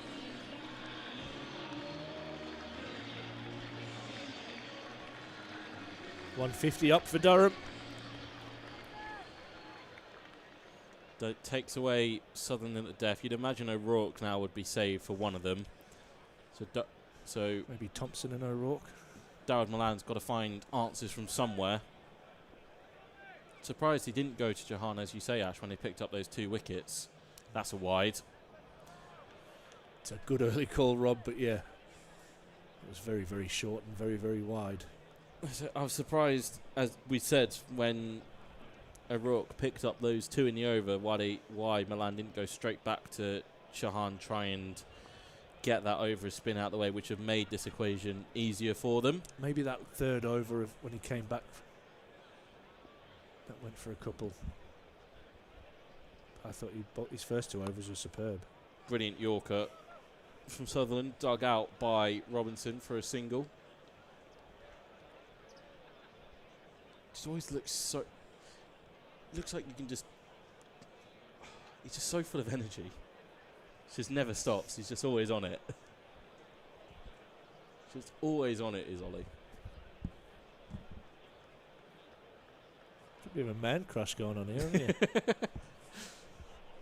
Little girly giggle as well. Don't act like you don't like it as well. Ash. Mate, I'm a fan. I'm not going to lie. I've confessed my love for Ashton Turner many a time on this stream. Hopefully not this season. No, he's playing for Nah, Lancashire. I didn't. Nice little drop and run. He's From a great Nation. athlete, isn't he, Sutherland? Yeah. So considering he's quite a tall bloke as well. 6'6", 6'7". Bit of an AFL background as well. Australian rules football. Sister, an absolute gun. Easily transferable skills, AFL to cricket? For a big man, obviously it helps with his movement. And his brother's a gun golfer as well, so... Nah, and not, his dad not proper sport golf. His dad used to run Cricket Australia, so pretty successful family. Robinson playing that one out for the single. Luxton takes it on the full this time. Golf's not a real sport. That's controversial for a man who covers darts for a living. I've got nothing against darts or golf, but I'm just throwing that out there.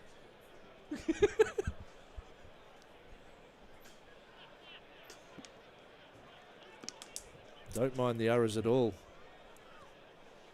But, big statement.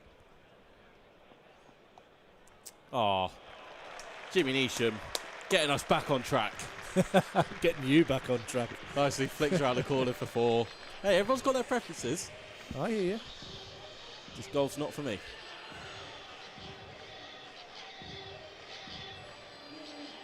What's that so far off the over? 2 fours, 3 singles and a wide. So 12 so far. Expensive for Sutherland. He's still got 1 ball left. 159 for 4. Durham are, and you can't bowl there. Jimmy Neesham delivering some more punishment for his fellow Kiwi. 4 overs done for Sutherland, 37 for him. Durham charging on here at Banks Homes Riverside, 163 for 4. 3 overs left. 190 is still within reach. Now you've offended all the Aussies. What? Calling Will Sutherland a Kiwi. Ah, it's all gone downhill ever since I talked about golf, isn't it? It's cursed me. You're digging. Yeah, but it's a good finish to the over from Durham. Big over. 163 on the board. Big score, I think, on this surface.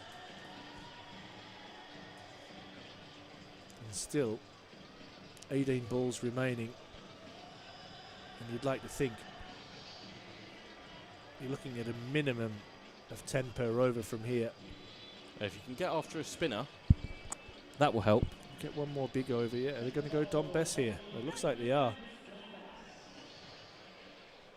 It is a risk, but Bess does bowl good Yorkers for a spinner. But if he gets that slightly wrong, he could be in for some fun.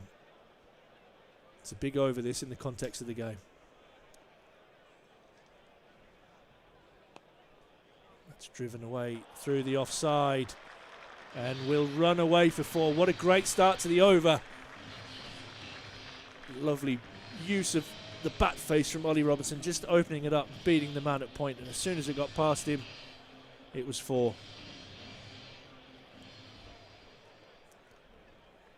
DJ Wiggy getting the Rocky theme out. That's whipped away to long on. The evergreen Adam Lythe was down in his neck of the woods on Monday, went through Whitby and had a school game down at Scarborough. The ground's still looking fantastic. The club cricket side not going so well for Scarborough. That brings Jimmy Neesham on strike, and that brings pressures all of its own when you look down the other end and you see a monster.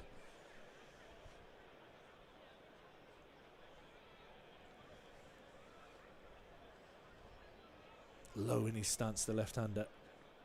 That's whipped away and it gets fine at 45. big runs coming here. I said it was a risk. That's a poor line, really, from Bess. 9 off the first 3 balls, Rob. Rob's feeling the vibe at the moment. I'm liking this. I'm liking this a lot from Durham. Just what was needed after a disappointing result on Wednesday against Worcestershire. Eager to end this first group of games on a high. Yeah, that's where Bess can have really good success. But like I say, from a spinner's point of view, if you miss that, it's danger.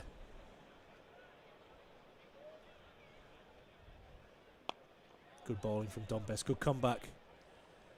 Again, it's 10 off the first 5 balls. Can Bess get out of this over without any further damage, or can Durham inflict another boundary onto the team from Headingley?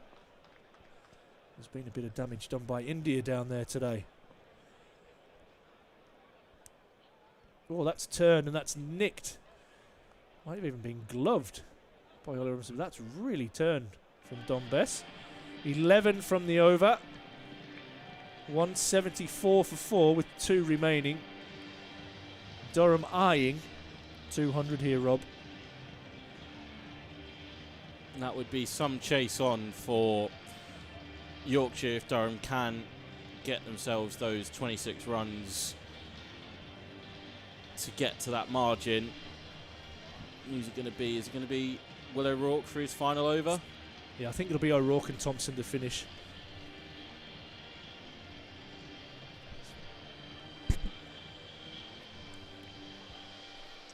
Banks Homes Riverside crowd looking for a big finish to Durham's innings with the bat. Got off to a blistering start with Alex Lees and Graham Clark. Can Ollie Robinson and Jimmy Neesham apply the finishing touches? Good start from O'Rourke. Pace off again.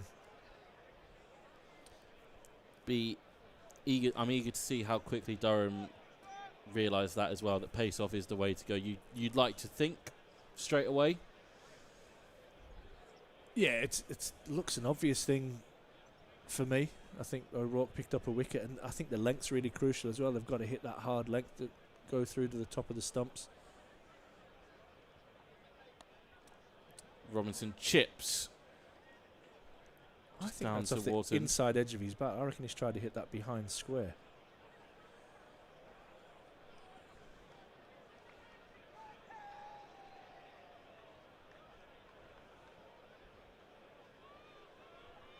He's trying to go a lot squarer than that. 175 for 4.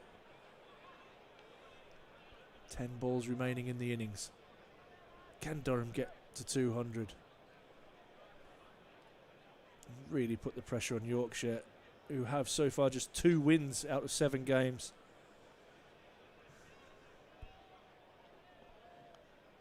Well, that's cruel.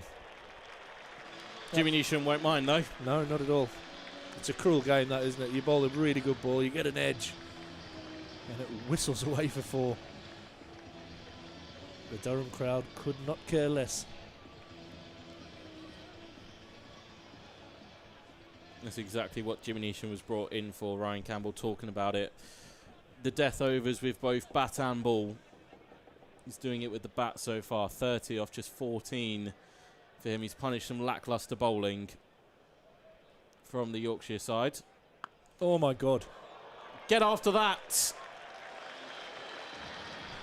Daffabet stand in danger from Jimmy Neesham. I didn't even need to look, and we've got a really glary spot here, the sun's shining. I just heard that. That brings up another 50 partnership, so the third 50 partnership of this innings as a couple of Yorkshire fielders scramble. And a bit of camouflage there actually in the Daffabet stand, but that was a monster of a blow.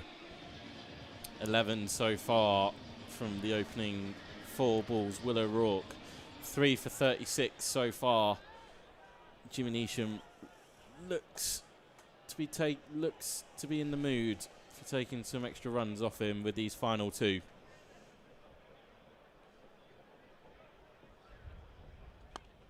Good Yorker. Dug out well by Neesham. Be a single. Ollie Robinson on to strike. 15 off 11 for him. And another big ball in the context of this game. Durham get a boundary here, and you will almost think certainly 200 is on the cards. 186 for 4.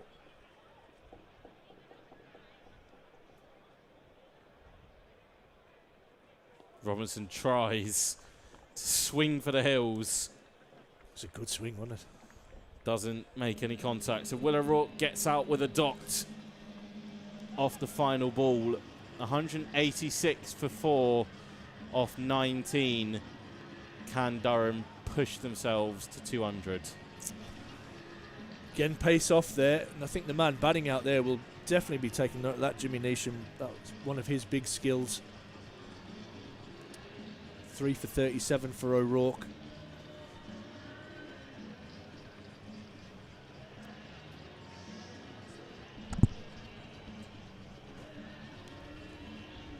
Neesham just having some gloves run out to him. A quick drink as well from Emilio Gay.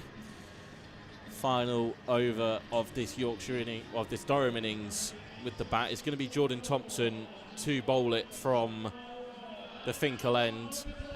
Clark 53 off 35, Lees 40 off 24, McKinney 5 off 8, Ackerman 28 off 19, Neesham and Robinson currently 37 and 15 not out respectively. Durham looking for that 200 mark. Thompson around the wicket to Neesham. Just evades the dive of Dawid Malan. They'll pick up 2. Thompson going pace off first ball. Neesham able to just ease it away from the backtracking Yorkshire captain.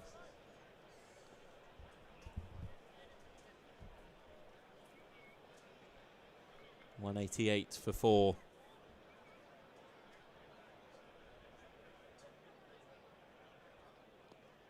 Brilliant Yorker.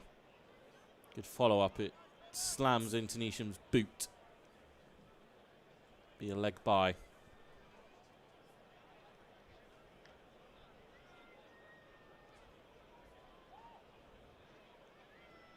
Changes in the field now for right-handed Ollie Robinson. Gonna have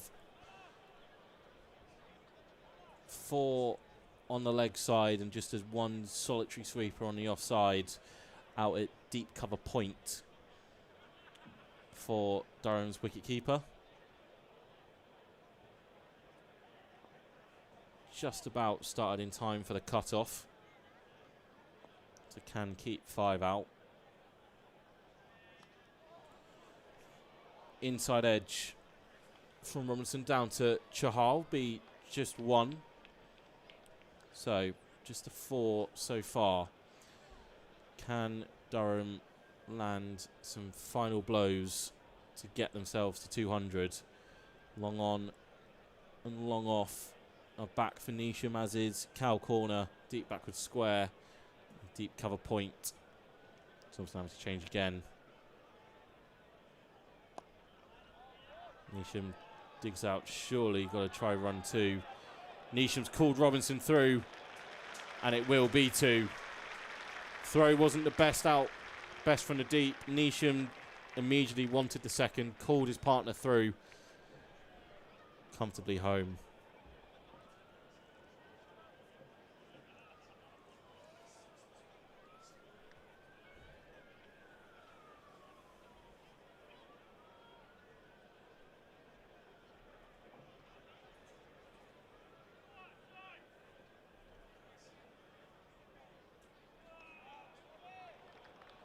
Good Yorker to follow up from Thompson. Last ball of Durham innings.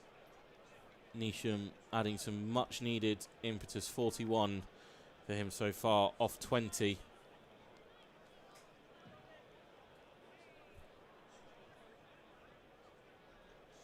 Can he land a major blow? Can he get 1 final boundary?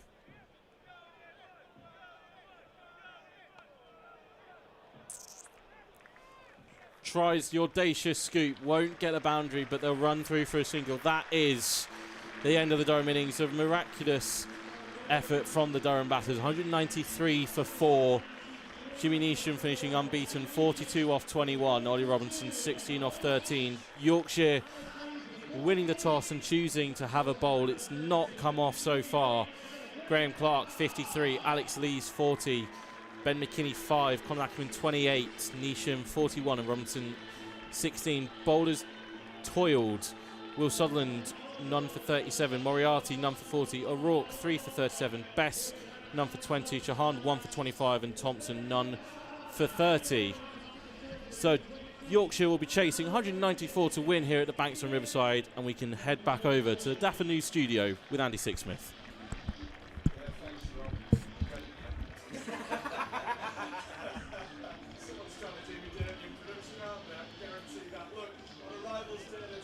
Satan's armpit. Some smouldering smiting of batting from Durham has led them to a very, very challenging total indeed that Yorkshire will try and chase down in around about 10 minutes time or so. I'm joined here in the Daft News studio by Ashley Thorpe, who is always ready is Ash Thorpe. Ash, Friday night, temperatures high, spirits are high, Durham are flying with the bat. Don't get any better than this, does it? I could think of a couple of little ways to make it a touch better, but what we've seen out there is pure entertainment. Yeah. Like you mentioned, beautiful night here in Chesley Street, 193 on the board. Yorkshire with just 2 wins under their belt will be looking at that and going, that's a lot of runs. Absolutely. You said 165. I did, yeah. What do I know? For a par. No, in fairness to you, in your defence, you said that a par score. Yeah. Durham have obviously flown over that. The boys must be heading back into the sheds pretty delighted with that total. Yeah, they'll be full of confidence, and things that Rob and I mentioned in commentary, that they had 350-run partnerships, and that is such a big part of T20 cricket. Can you get partnerships? Didn't get the one player to a big score, but we got a 40, we got a 50, and we got another 40 not out from Jimmy Neesham. Yeah. Really important contributions, and that run rate never really dipped. After the first 2 overs, it jumped up to 9, and it stayed there pretty much all the way through, and Yorkshire will need the best part of 10 and over to win. And it's been one of those things that we've talked about in the Daffa News studio so far this season, especially at home, that we haven't really set a platform with the bat, have we? Our openers, both of them did today. I mean, Leesy in particular, he loves playing Yorkshire, doesn't he? Yeah, I think it almost the 2 fingers up kind of thing. Yeah, you know? It didn't work out for him there. He's come to Durham and he's been a brilliant leader, whether he's had the captain's armband or not. He's led from the front with weight of runs, with attitude. Now he's got the captain's armband. He's absolutely key to what Durham do out there. You know, got 60 odd against them last week. Got another really important 40 tonight to get us off to that really good start. Do you feel like he set the tone immediately? Because it wasn't even just the innings in itself. It was the way he was almost treating the bowling with disdain throughout. Yeah, we watched the girls' game earlier, and it looked quite difficult to score. Yeah, I know Durham only got 101, but even Essex chasing that weren't really fluent with the bat. Yeah. And after the first 2 overs, I thought, oh, this could be I think Rob even mentioned like a 130 or a 140 might be. And then all of a sudden, Alex Lee's kicked in the gear, and you know, his 40 getting out just on the power play was really crucial to setting the tone. Got a 56, I think, opening run partnership. Yeah. And then that followed with another big partnership and then another big partnership. So really, really good 20 overs for Durham. Well, while we're giving props to Rob Rush, this rarely happens on Durham Live that we're nice to anyone, but we might as well give props to him once more. I did like his line on Graham Clark, because Clarkey, in fairness, has struggled for runs this season, but form is temporary. Class is absolutely permanent, and Clarkey's shown that today. The man's really loved in this area. I keep referring to him as a people's champion. He doesn't. I'm not sure he really likes that, but I'm going to do it anyway. It's fine. Yeah. And it's always good to see him make runs. He's one of my favourites. I'm not going to lie. He's just works hard. You know, he's not the most talented, but he just gets everything out of his game. And when he fires, Durham fire, and he made a really important 50 today. It was such an impressive platform that he gave the side. And what I liked about it, and I don't know if you're going to agree with me here, is how refreshing it was to see Durham so attacking, moving Jimmy Neesham up the order. Very much a case of saying, look, we're off to a really good start. We've got the platform. We've almost got 3 hits here. Let's get after them. Yeah, and I think that was crucial. He's been brought in as that middle order player that can clear the ropes, and we saw that today. 40 odd not out, probably off 20 something balls. And some of the shots he hit were just effortless. There was one he hit over mid off down towards us that honestly, it was just like, oh, well, I'll just hit that for 6 and just turn around and not even worry about where it's gone because I know. And that's why he gets paid all around the world. He's a franchise cricketer now. And he's going to be crucial with the ball for Durham because he'll have known how the wickets played. He'll know what was difficult to get away. And he'll have a big part to play in the second half. For someone who knows his cricket inside out, there might be people watching this who, aren't too into the game necessarily. And they might be watching Jimmy Neesham, for instance, and seeing him, I can't believe I'm saying this or using this phrase, but feather a 6, about 80 metres or so. How difficult is that to do? Because Jimmy makes it look easy, but how difficult is it to do in real life? Yeah, it was all timing. Yeah. So, I mean, he's a I think I refer to him as the beast. He's a big human. His biceps are massive. He must be 6'4", probably 110 kilos. He gets down low and he's powerful. But that was all technique. There was nothing powerful about that. That was just absolutely glorious timing, the bat swing, and the way he met the ball, effortless. Yeah. And he's done that regularly for Durham, and that's why, like I said, he's paid the big bucks around the world. Yeah. He was brought in to Durham to do that role.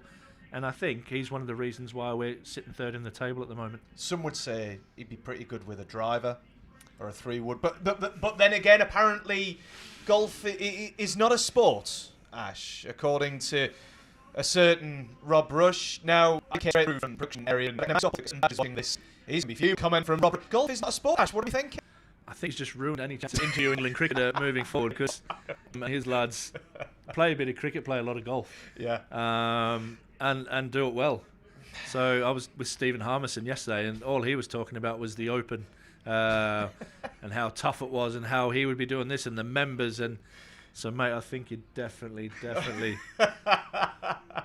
outnumbered. He can make excuses off camera all he likes. We've just outed him on Durham Live anyway. Little surprise how talking. Yeah, golf. Yeah, golf. Ash, I've got a challenge for you then. Bearing in mind we're talking about Jimmy Neesham, if you choose to accept it, we have a 2-week gap before our next T20 match because it's a return to the county championship. Yeah. Do you wish to accept this challenge without knowing exactly what it is yet? I'll have a crack. There you go. Good man. I knew you'd be up for it. I need you to find out Jimmy Neesham is Jimmy's out sessions because it's going to have to be there to turn him into like you. Yeah, I mean, the game now about athleticism and power, and as both. Yeah, I'll nudge him for you. See what the goal is. I mean, I'm not sure it's going to help me or you. I was about to say that. I don't know what the end goal is here, but I'm just intrigued. Yeah, I saw you in a vest top earlier, mate. We'll just leave that there. They don't call me spaghetti arms for absolutely nothing. There is absolutely nothing on these arms. So Jimmy Neesham's gym routine or otherwise, it ain't going to make a blind bit of difference to pretty much any of us here in Durham Live Studio. Maybe Ross, our camera operator. Ross is looking trim of late. Yeah, he's looking Ross good. is nodding his head going, go on then, Ash. You get Jimmy Neesham's gym routine. That's absolutely fine. Anyway, Jimmy Neesham's gym routine aside, what's Ryan Campbell going to be saying to the boys in there, apart from stay on the attack? Yeah, ball smart. I think try and pick up a couple of wickets in the power play, put them under pressure. They're really top heavy for me. Yorkshire, you've got the likes of Lythe, who's done it for years, Milan's done it for years, Bairstow, who's done it for years. Then it kind of tails off a little bit. And some of the youngsters have actually been their better players. The likes of Luxton and Morton. So put the pressure on them. You know, make them do all the hard work. But for me, bowl smart, bowl the right lengths, take pace off the ball, and field like demons. You're talking about taking the pace off a ball in particular. There's two bowlers that I'm maybe looking at, and that's Souts and Parky. They're going to be looking, because Sean was turning that as a leg spinner, was turning it quite a bit. All right, he got flayed a little bit towards the end of his overs, but he's a young leg spinner. Parks and Souts are going to be looking at that and thinking, you know what, there's something in there, isn't it? Yeah, it's just a matter of finding the right pace on the ball. And Parkinson will do that. Parkinson will challenge the stumps, and if he can get the odd one to bite, then he's in the game. So I think it'll be, like I say, for Durham, break that top order, get into the youngsters in the middle, and then really squeeze. Absolutely. Just a couple of quick final ones as the two teams come out onto the field. Comms Cam, you liking it? Not particularly. Not particularly. A few times I've seen you looking surprised. And just a final one, the challenge to any fan. We've heard a reference to it on commentary. If any fan does want to bring those T20 glasses up to the Daffy News studio, then you are more than welcome to. I'll give them a crack. And if we beat Yorkshire on Rivals Day, if you do bring them up, I'll wear them live on air towards the end of this one as we wrap up, hopefully, another Durham win in the Vitality T20 Blast. Ash, I will let you slide over shoeless and in those beautiful shorts of yours back across to the commentary booth as the two Yorkshire openers are out. The Durham team take to the field, looking for their 5th win in the Vitality T20 Blast 2025 on none other than Rivals Day. We've set it up. We'll pass it on to the commentary team to knock it down with Ash Thorpe. And first of all, the man who doesn't know what is a sport quite clearly, Mr. Rob Rush. Yeah, I've handed in my resignation to be any further England cricketers after this one. Thanks, guys. Yeah, 194 for Yorkshire. That is the target, and Durham sticking true to their tactics. Callum Parkinson is going to open things up from the Lumley and Adam Lyth on strike. It's going to be a dab out to mid-wicket. Both of those fielders are out on the leg side for Lyth. It's going to be Dan Milan as well to open the batting. So 2 left-handers for the White Rose. Ash, are you happy that Durham have stuck to their guns with Parky? We saw them try Ackerman against a couple of left-handers, and that didn't really work. So I think they're sticking to what they know. That one will get through Ackerman, but good fielding from the man mountain. Ben McKinney will keep that to just 1. And that's going to be really important. I thought Durham ran pretty well between the wickets. Thought Yorkshire's outfielding was pretty decent as well, so that'll be crucial here. Lyth skips down the track, but can't connect cleanly. What a beautiful night here in Chesley Street. Good crowd, good game of cricket.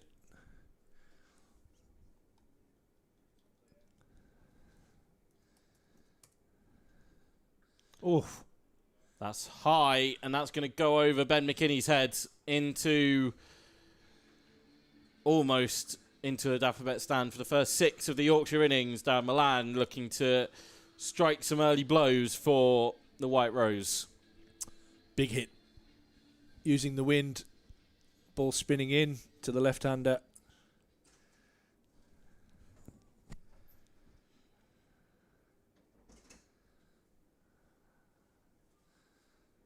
Good comeback from Parkinson, just a single.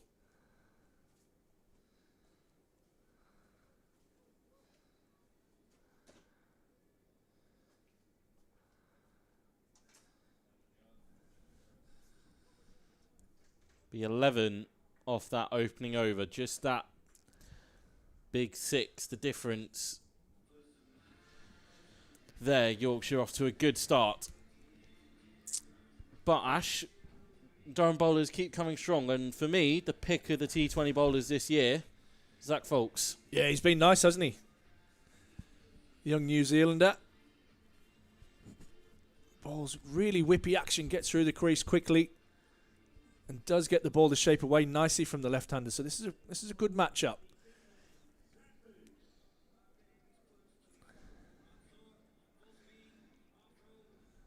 Slip in place.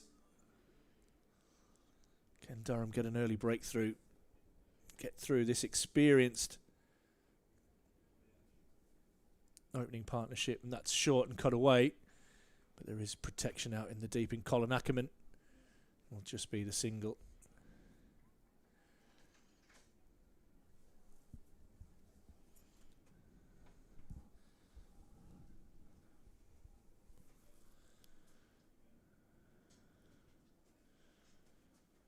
Shadows getting longer. The lights are on. Absolutely no need to have the lights on, but I think it's a requirement from the ECB to have them on.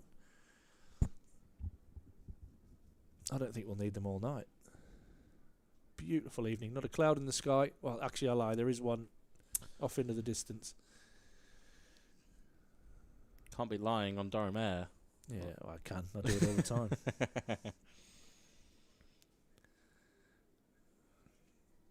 Hitting a hard length, Zach Folks to start.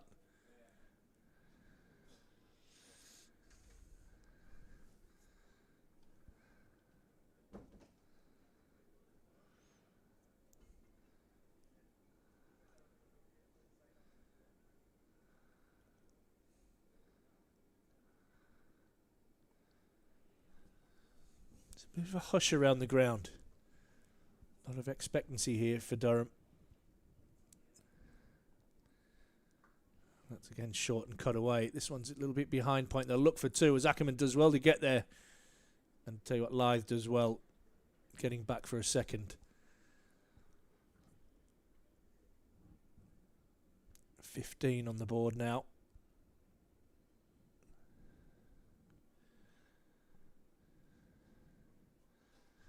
See a real buzz around the ground. Good crowd in.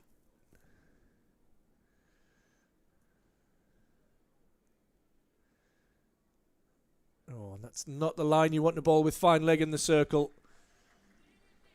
Lythe helps it on its way for 4.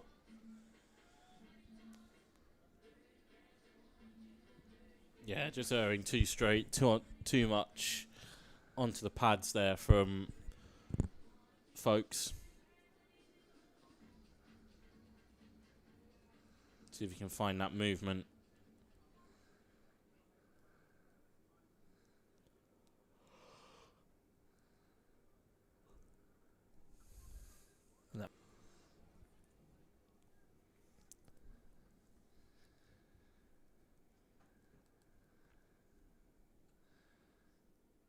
And this is chipped in the air. I thought it had gone straight to McKinney at mid-wicket. It was a little bit squarer.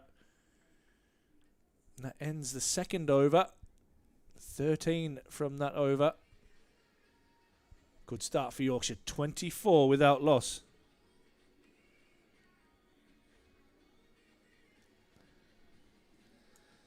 Experienced Lythe. Experienced Milan. Best though to come in at 3, you would assume. Like this move, getting Matthew Potts into the attack early. See if he can extract any movement that's out there. And no Ben Rain in the side tonight, being rested for Sunday's championship game.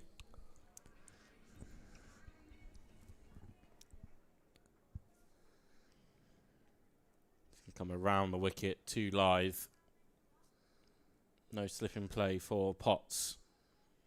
Almost gets the breakthrough straight away. A thick under edge from Lythe that zings past his leg stump. It's a big shot.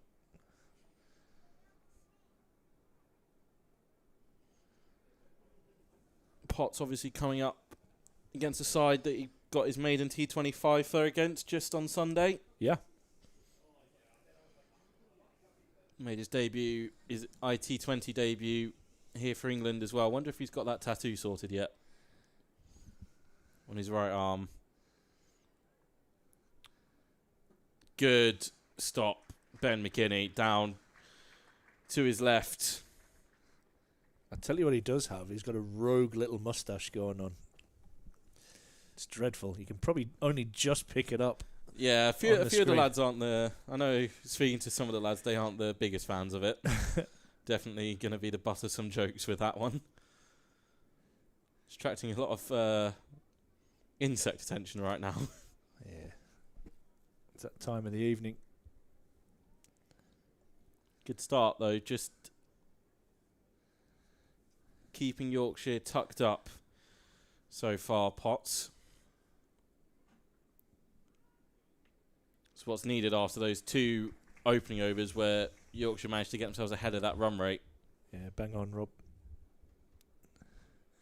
Now it's kind of evened out, hasn't it? Yeah, we saw Durham have those 2 slow overs to start and then accelerated through the power play.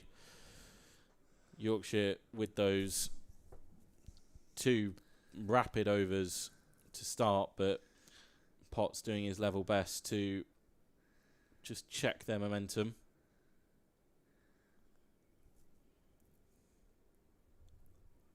Oof. Adam Live says, I don't want you to check my momentum. I'm going to put some pressure back on you, and it will skip away for a 1 bounce 4 up towards the Dapper Bet stand. Nice strike. Just a little bit full there, you'd have to say. The other balls have just been a little bit back of that length, the hard length.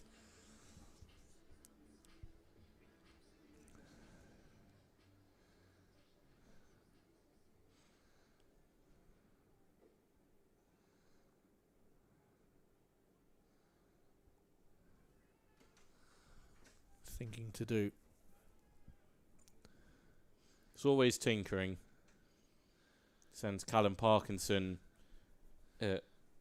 fine leg to the fence, which means Will Rhodes has to come up from the cover boundary.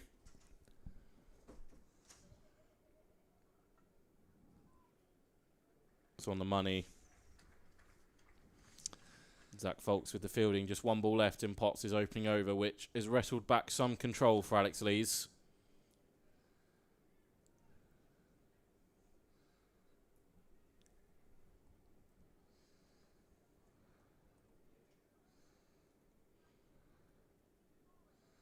Sends Ben McKinney out to cow corner.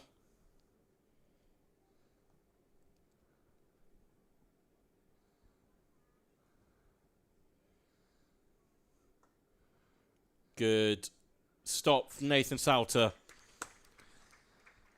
Keeps live to a dot, and a good opening over from Matthew Potts. Just the 1 boundary from it. Yorkshire 28 without loss. Yeah, you saw Potts go really defensive there with Yorkers. Had a little chat with him before the game about his bowling performance down at Worcester and just the tactics that they used there, and they probably didn't quite get those right. It's interesting to see him go Yorkers really, really early. Effective first over, just the 4 runs from it. 28 off 3. Yorkshire without loss.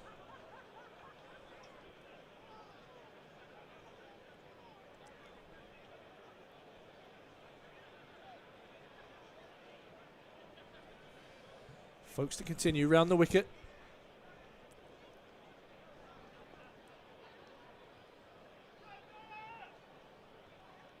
Edged. Had a slip in place, but because of Yorkshire's start, they can't have that slip in place now, and Milan edges away for 4.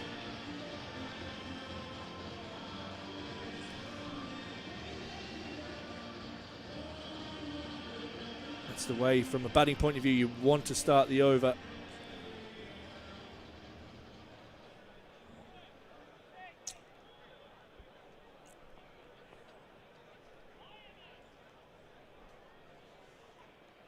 And there'll be a wide down the leg side.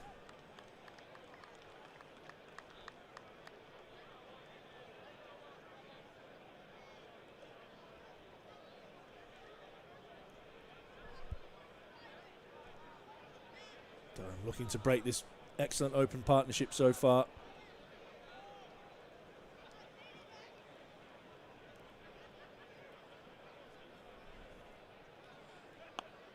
And that is your area. Zach Folks, do not leave there. A little bit of angle away from the left-hander, but the length and the line hitting the top of the stumps. 33 on the board for the White Rose.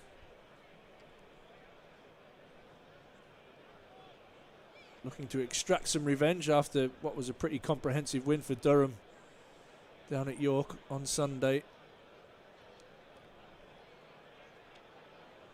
It's going to come over the wicket now. I think that was a knuckle ball, and I tell you what, there was no pace on the ball, but he's opened the bat face, Milan, and managed to get it through the gap. And that one again races away for 4. Yeah, Yorkshire putting Folks under pressure here. Already 9 off the first 3 legitimate balls of this over. What does Folks have for a comeback? This one's on the hip. Tucked around the corner for another single.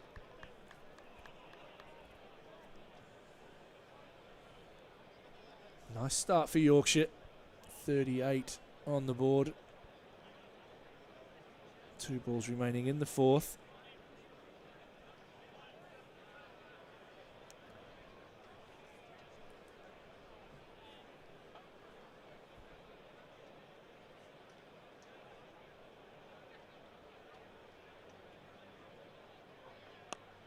A little bit straight and tucked away into the leg side. Adam Lyth picking up another single. Just keeping that scoreboard moving. If it's not a boundary, get a run. 11 off this over so far.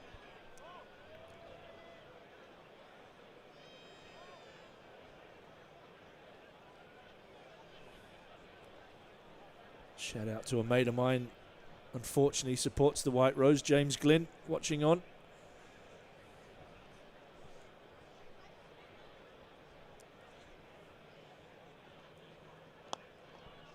Timed beautifully that by Milan.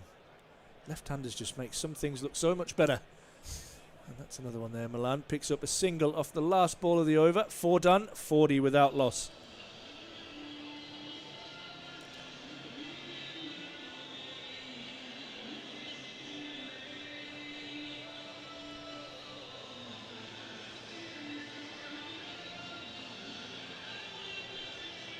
Got even my rugby league coach from schools watching over in Spain.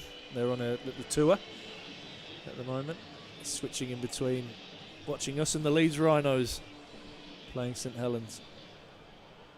Good crowd in, good crowd on the stream as well. Thank you for joining us here at Durham Live.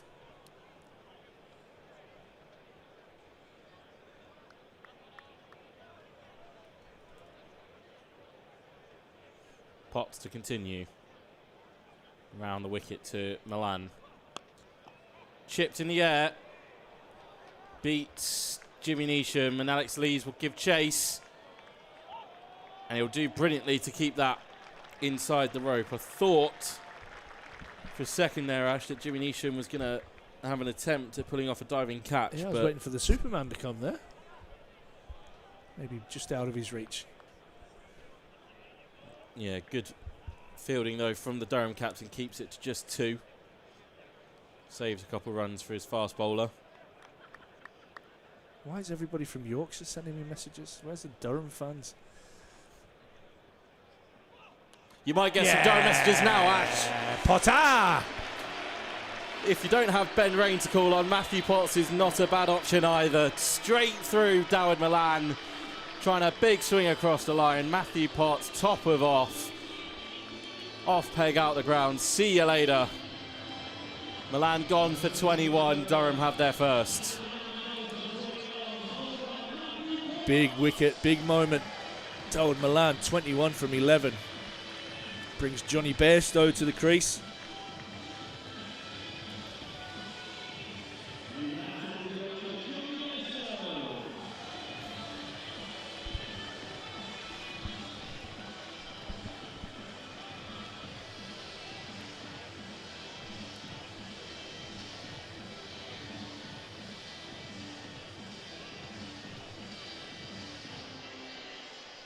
You mentioned at the interval, Ash, Yorkshire have got a lot of big names at the top of the order. I think you might have used top heavy. Well, Johnny Bairstow comes in with just over an over and a half left of the power play.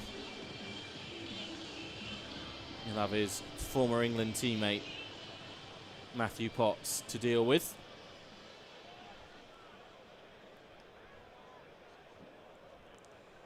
And come over the wicket to Bairstow. Immediately a slip in place. Ben McKinney. How Durham would love to see the back of Johnny Bairstow very quickly.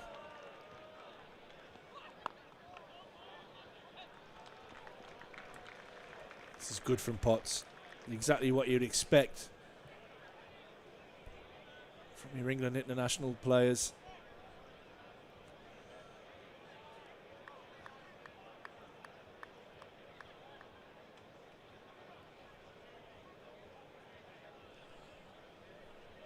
.42 for 1.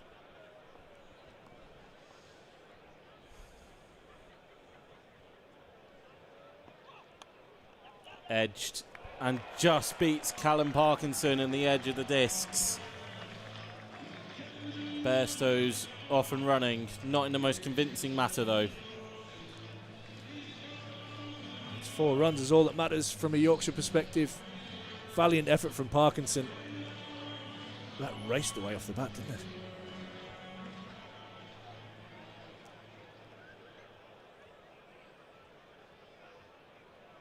If Jimmy Neesham will bowl the next over, or what the plan is to get out of the power play. Oh, is that a... Oh, no, it's they've going to just moved the run fielder away from Ackerman. He'll do well to stop it running for a boundary. The Yorkshire batters almost collide into each other in the middle. 8 off the over so far, but that breakthrough from Durham's England international Matthew Potts.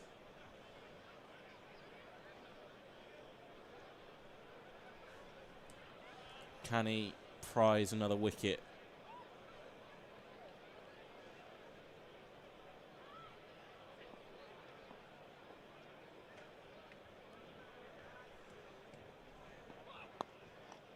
Fires in a Yorker that Bairstow does well to dig out to deep mid-wicket. 49 for 1 off 5. Yorkshire. important breakthrough in that over from Matthew Potts.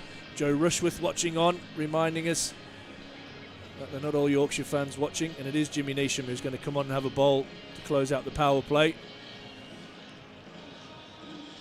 And I think probably going to say this a number of times throughout the next hour, but I think this is a big over in the context of this game. The last over of the power play, Jimmy Neesham's first crack at a ball on this surface.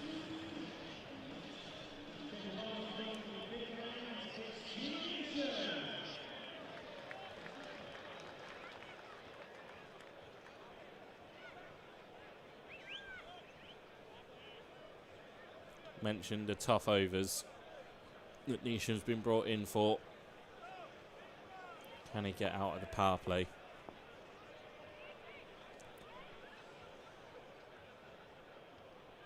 Pace off immediately, it's chipped in the air, but perfectly weighted from a Yorkshire point of view. Hands on heads from the beast. Bairstow fortunate to still be out there. But for a couple of years now, he's been one of the best white ball players going around. Another one that goes around the world, plying his trade. Signed a big contract for a couple of weeks' work with the Mumbai Indians a couple of weeks ago. It's not bad. Not bad payday, Not that. a bad gig. Another slow ball driven nicely, but won't beat mid-off.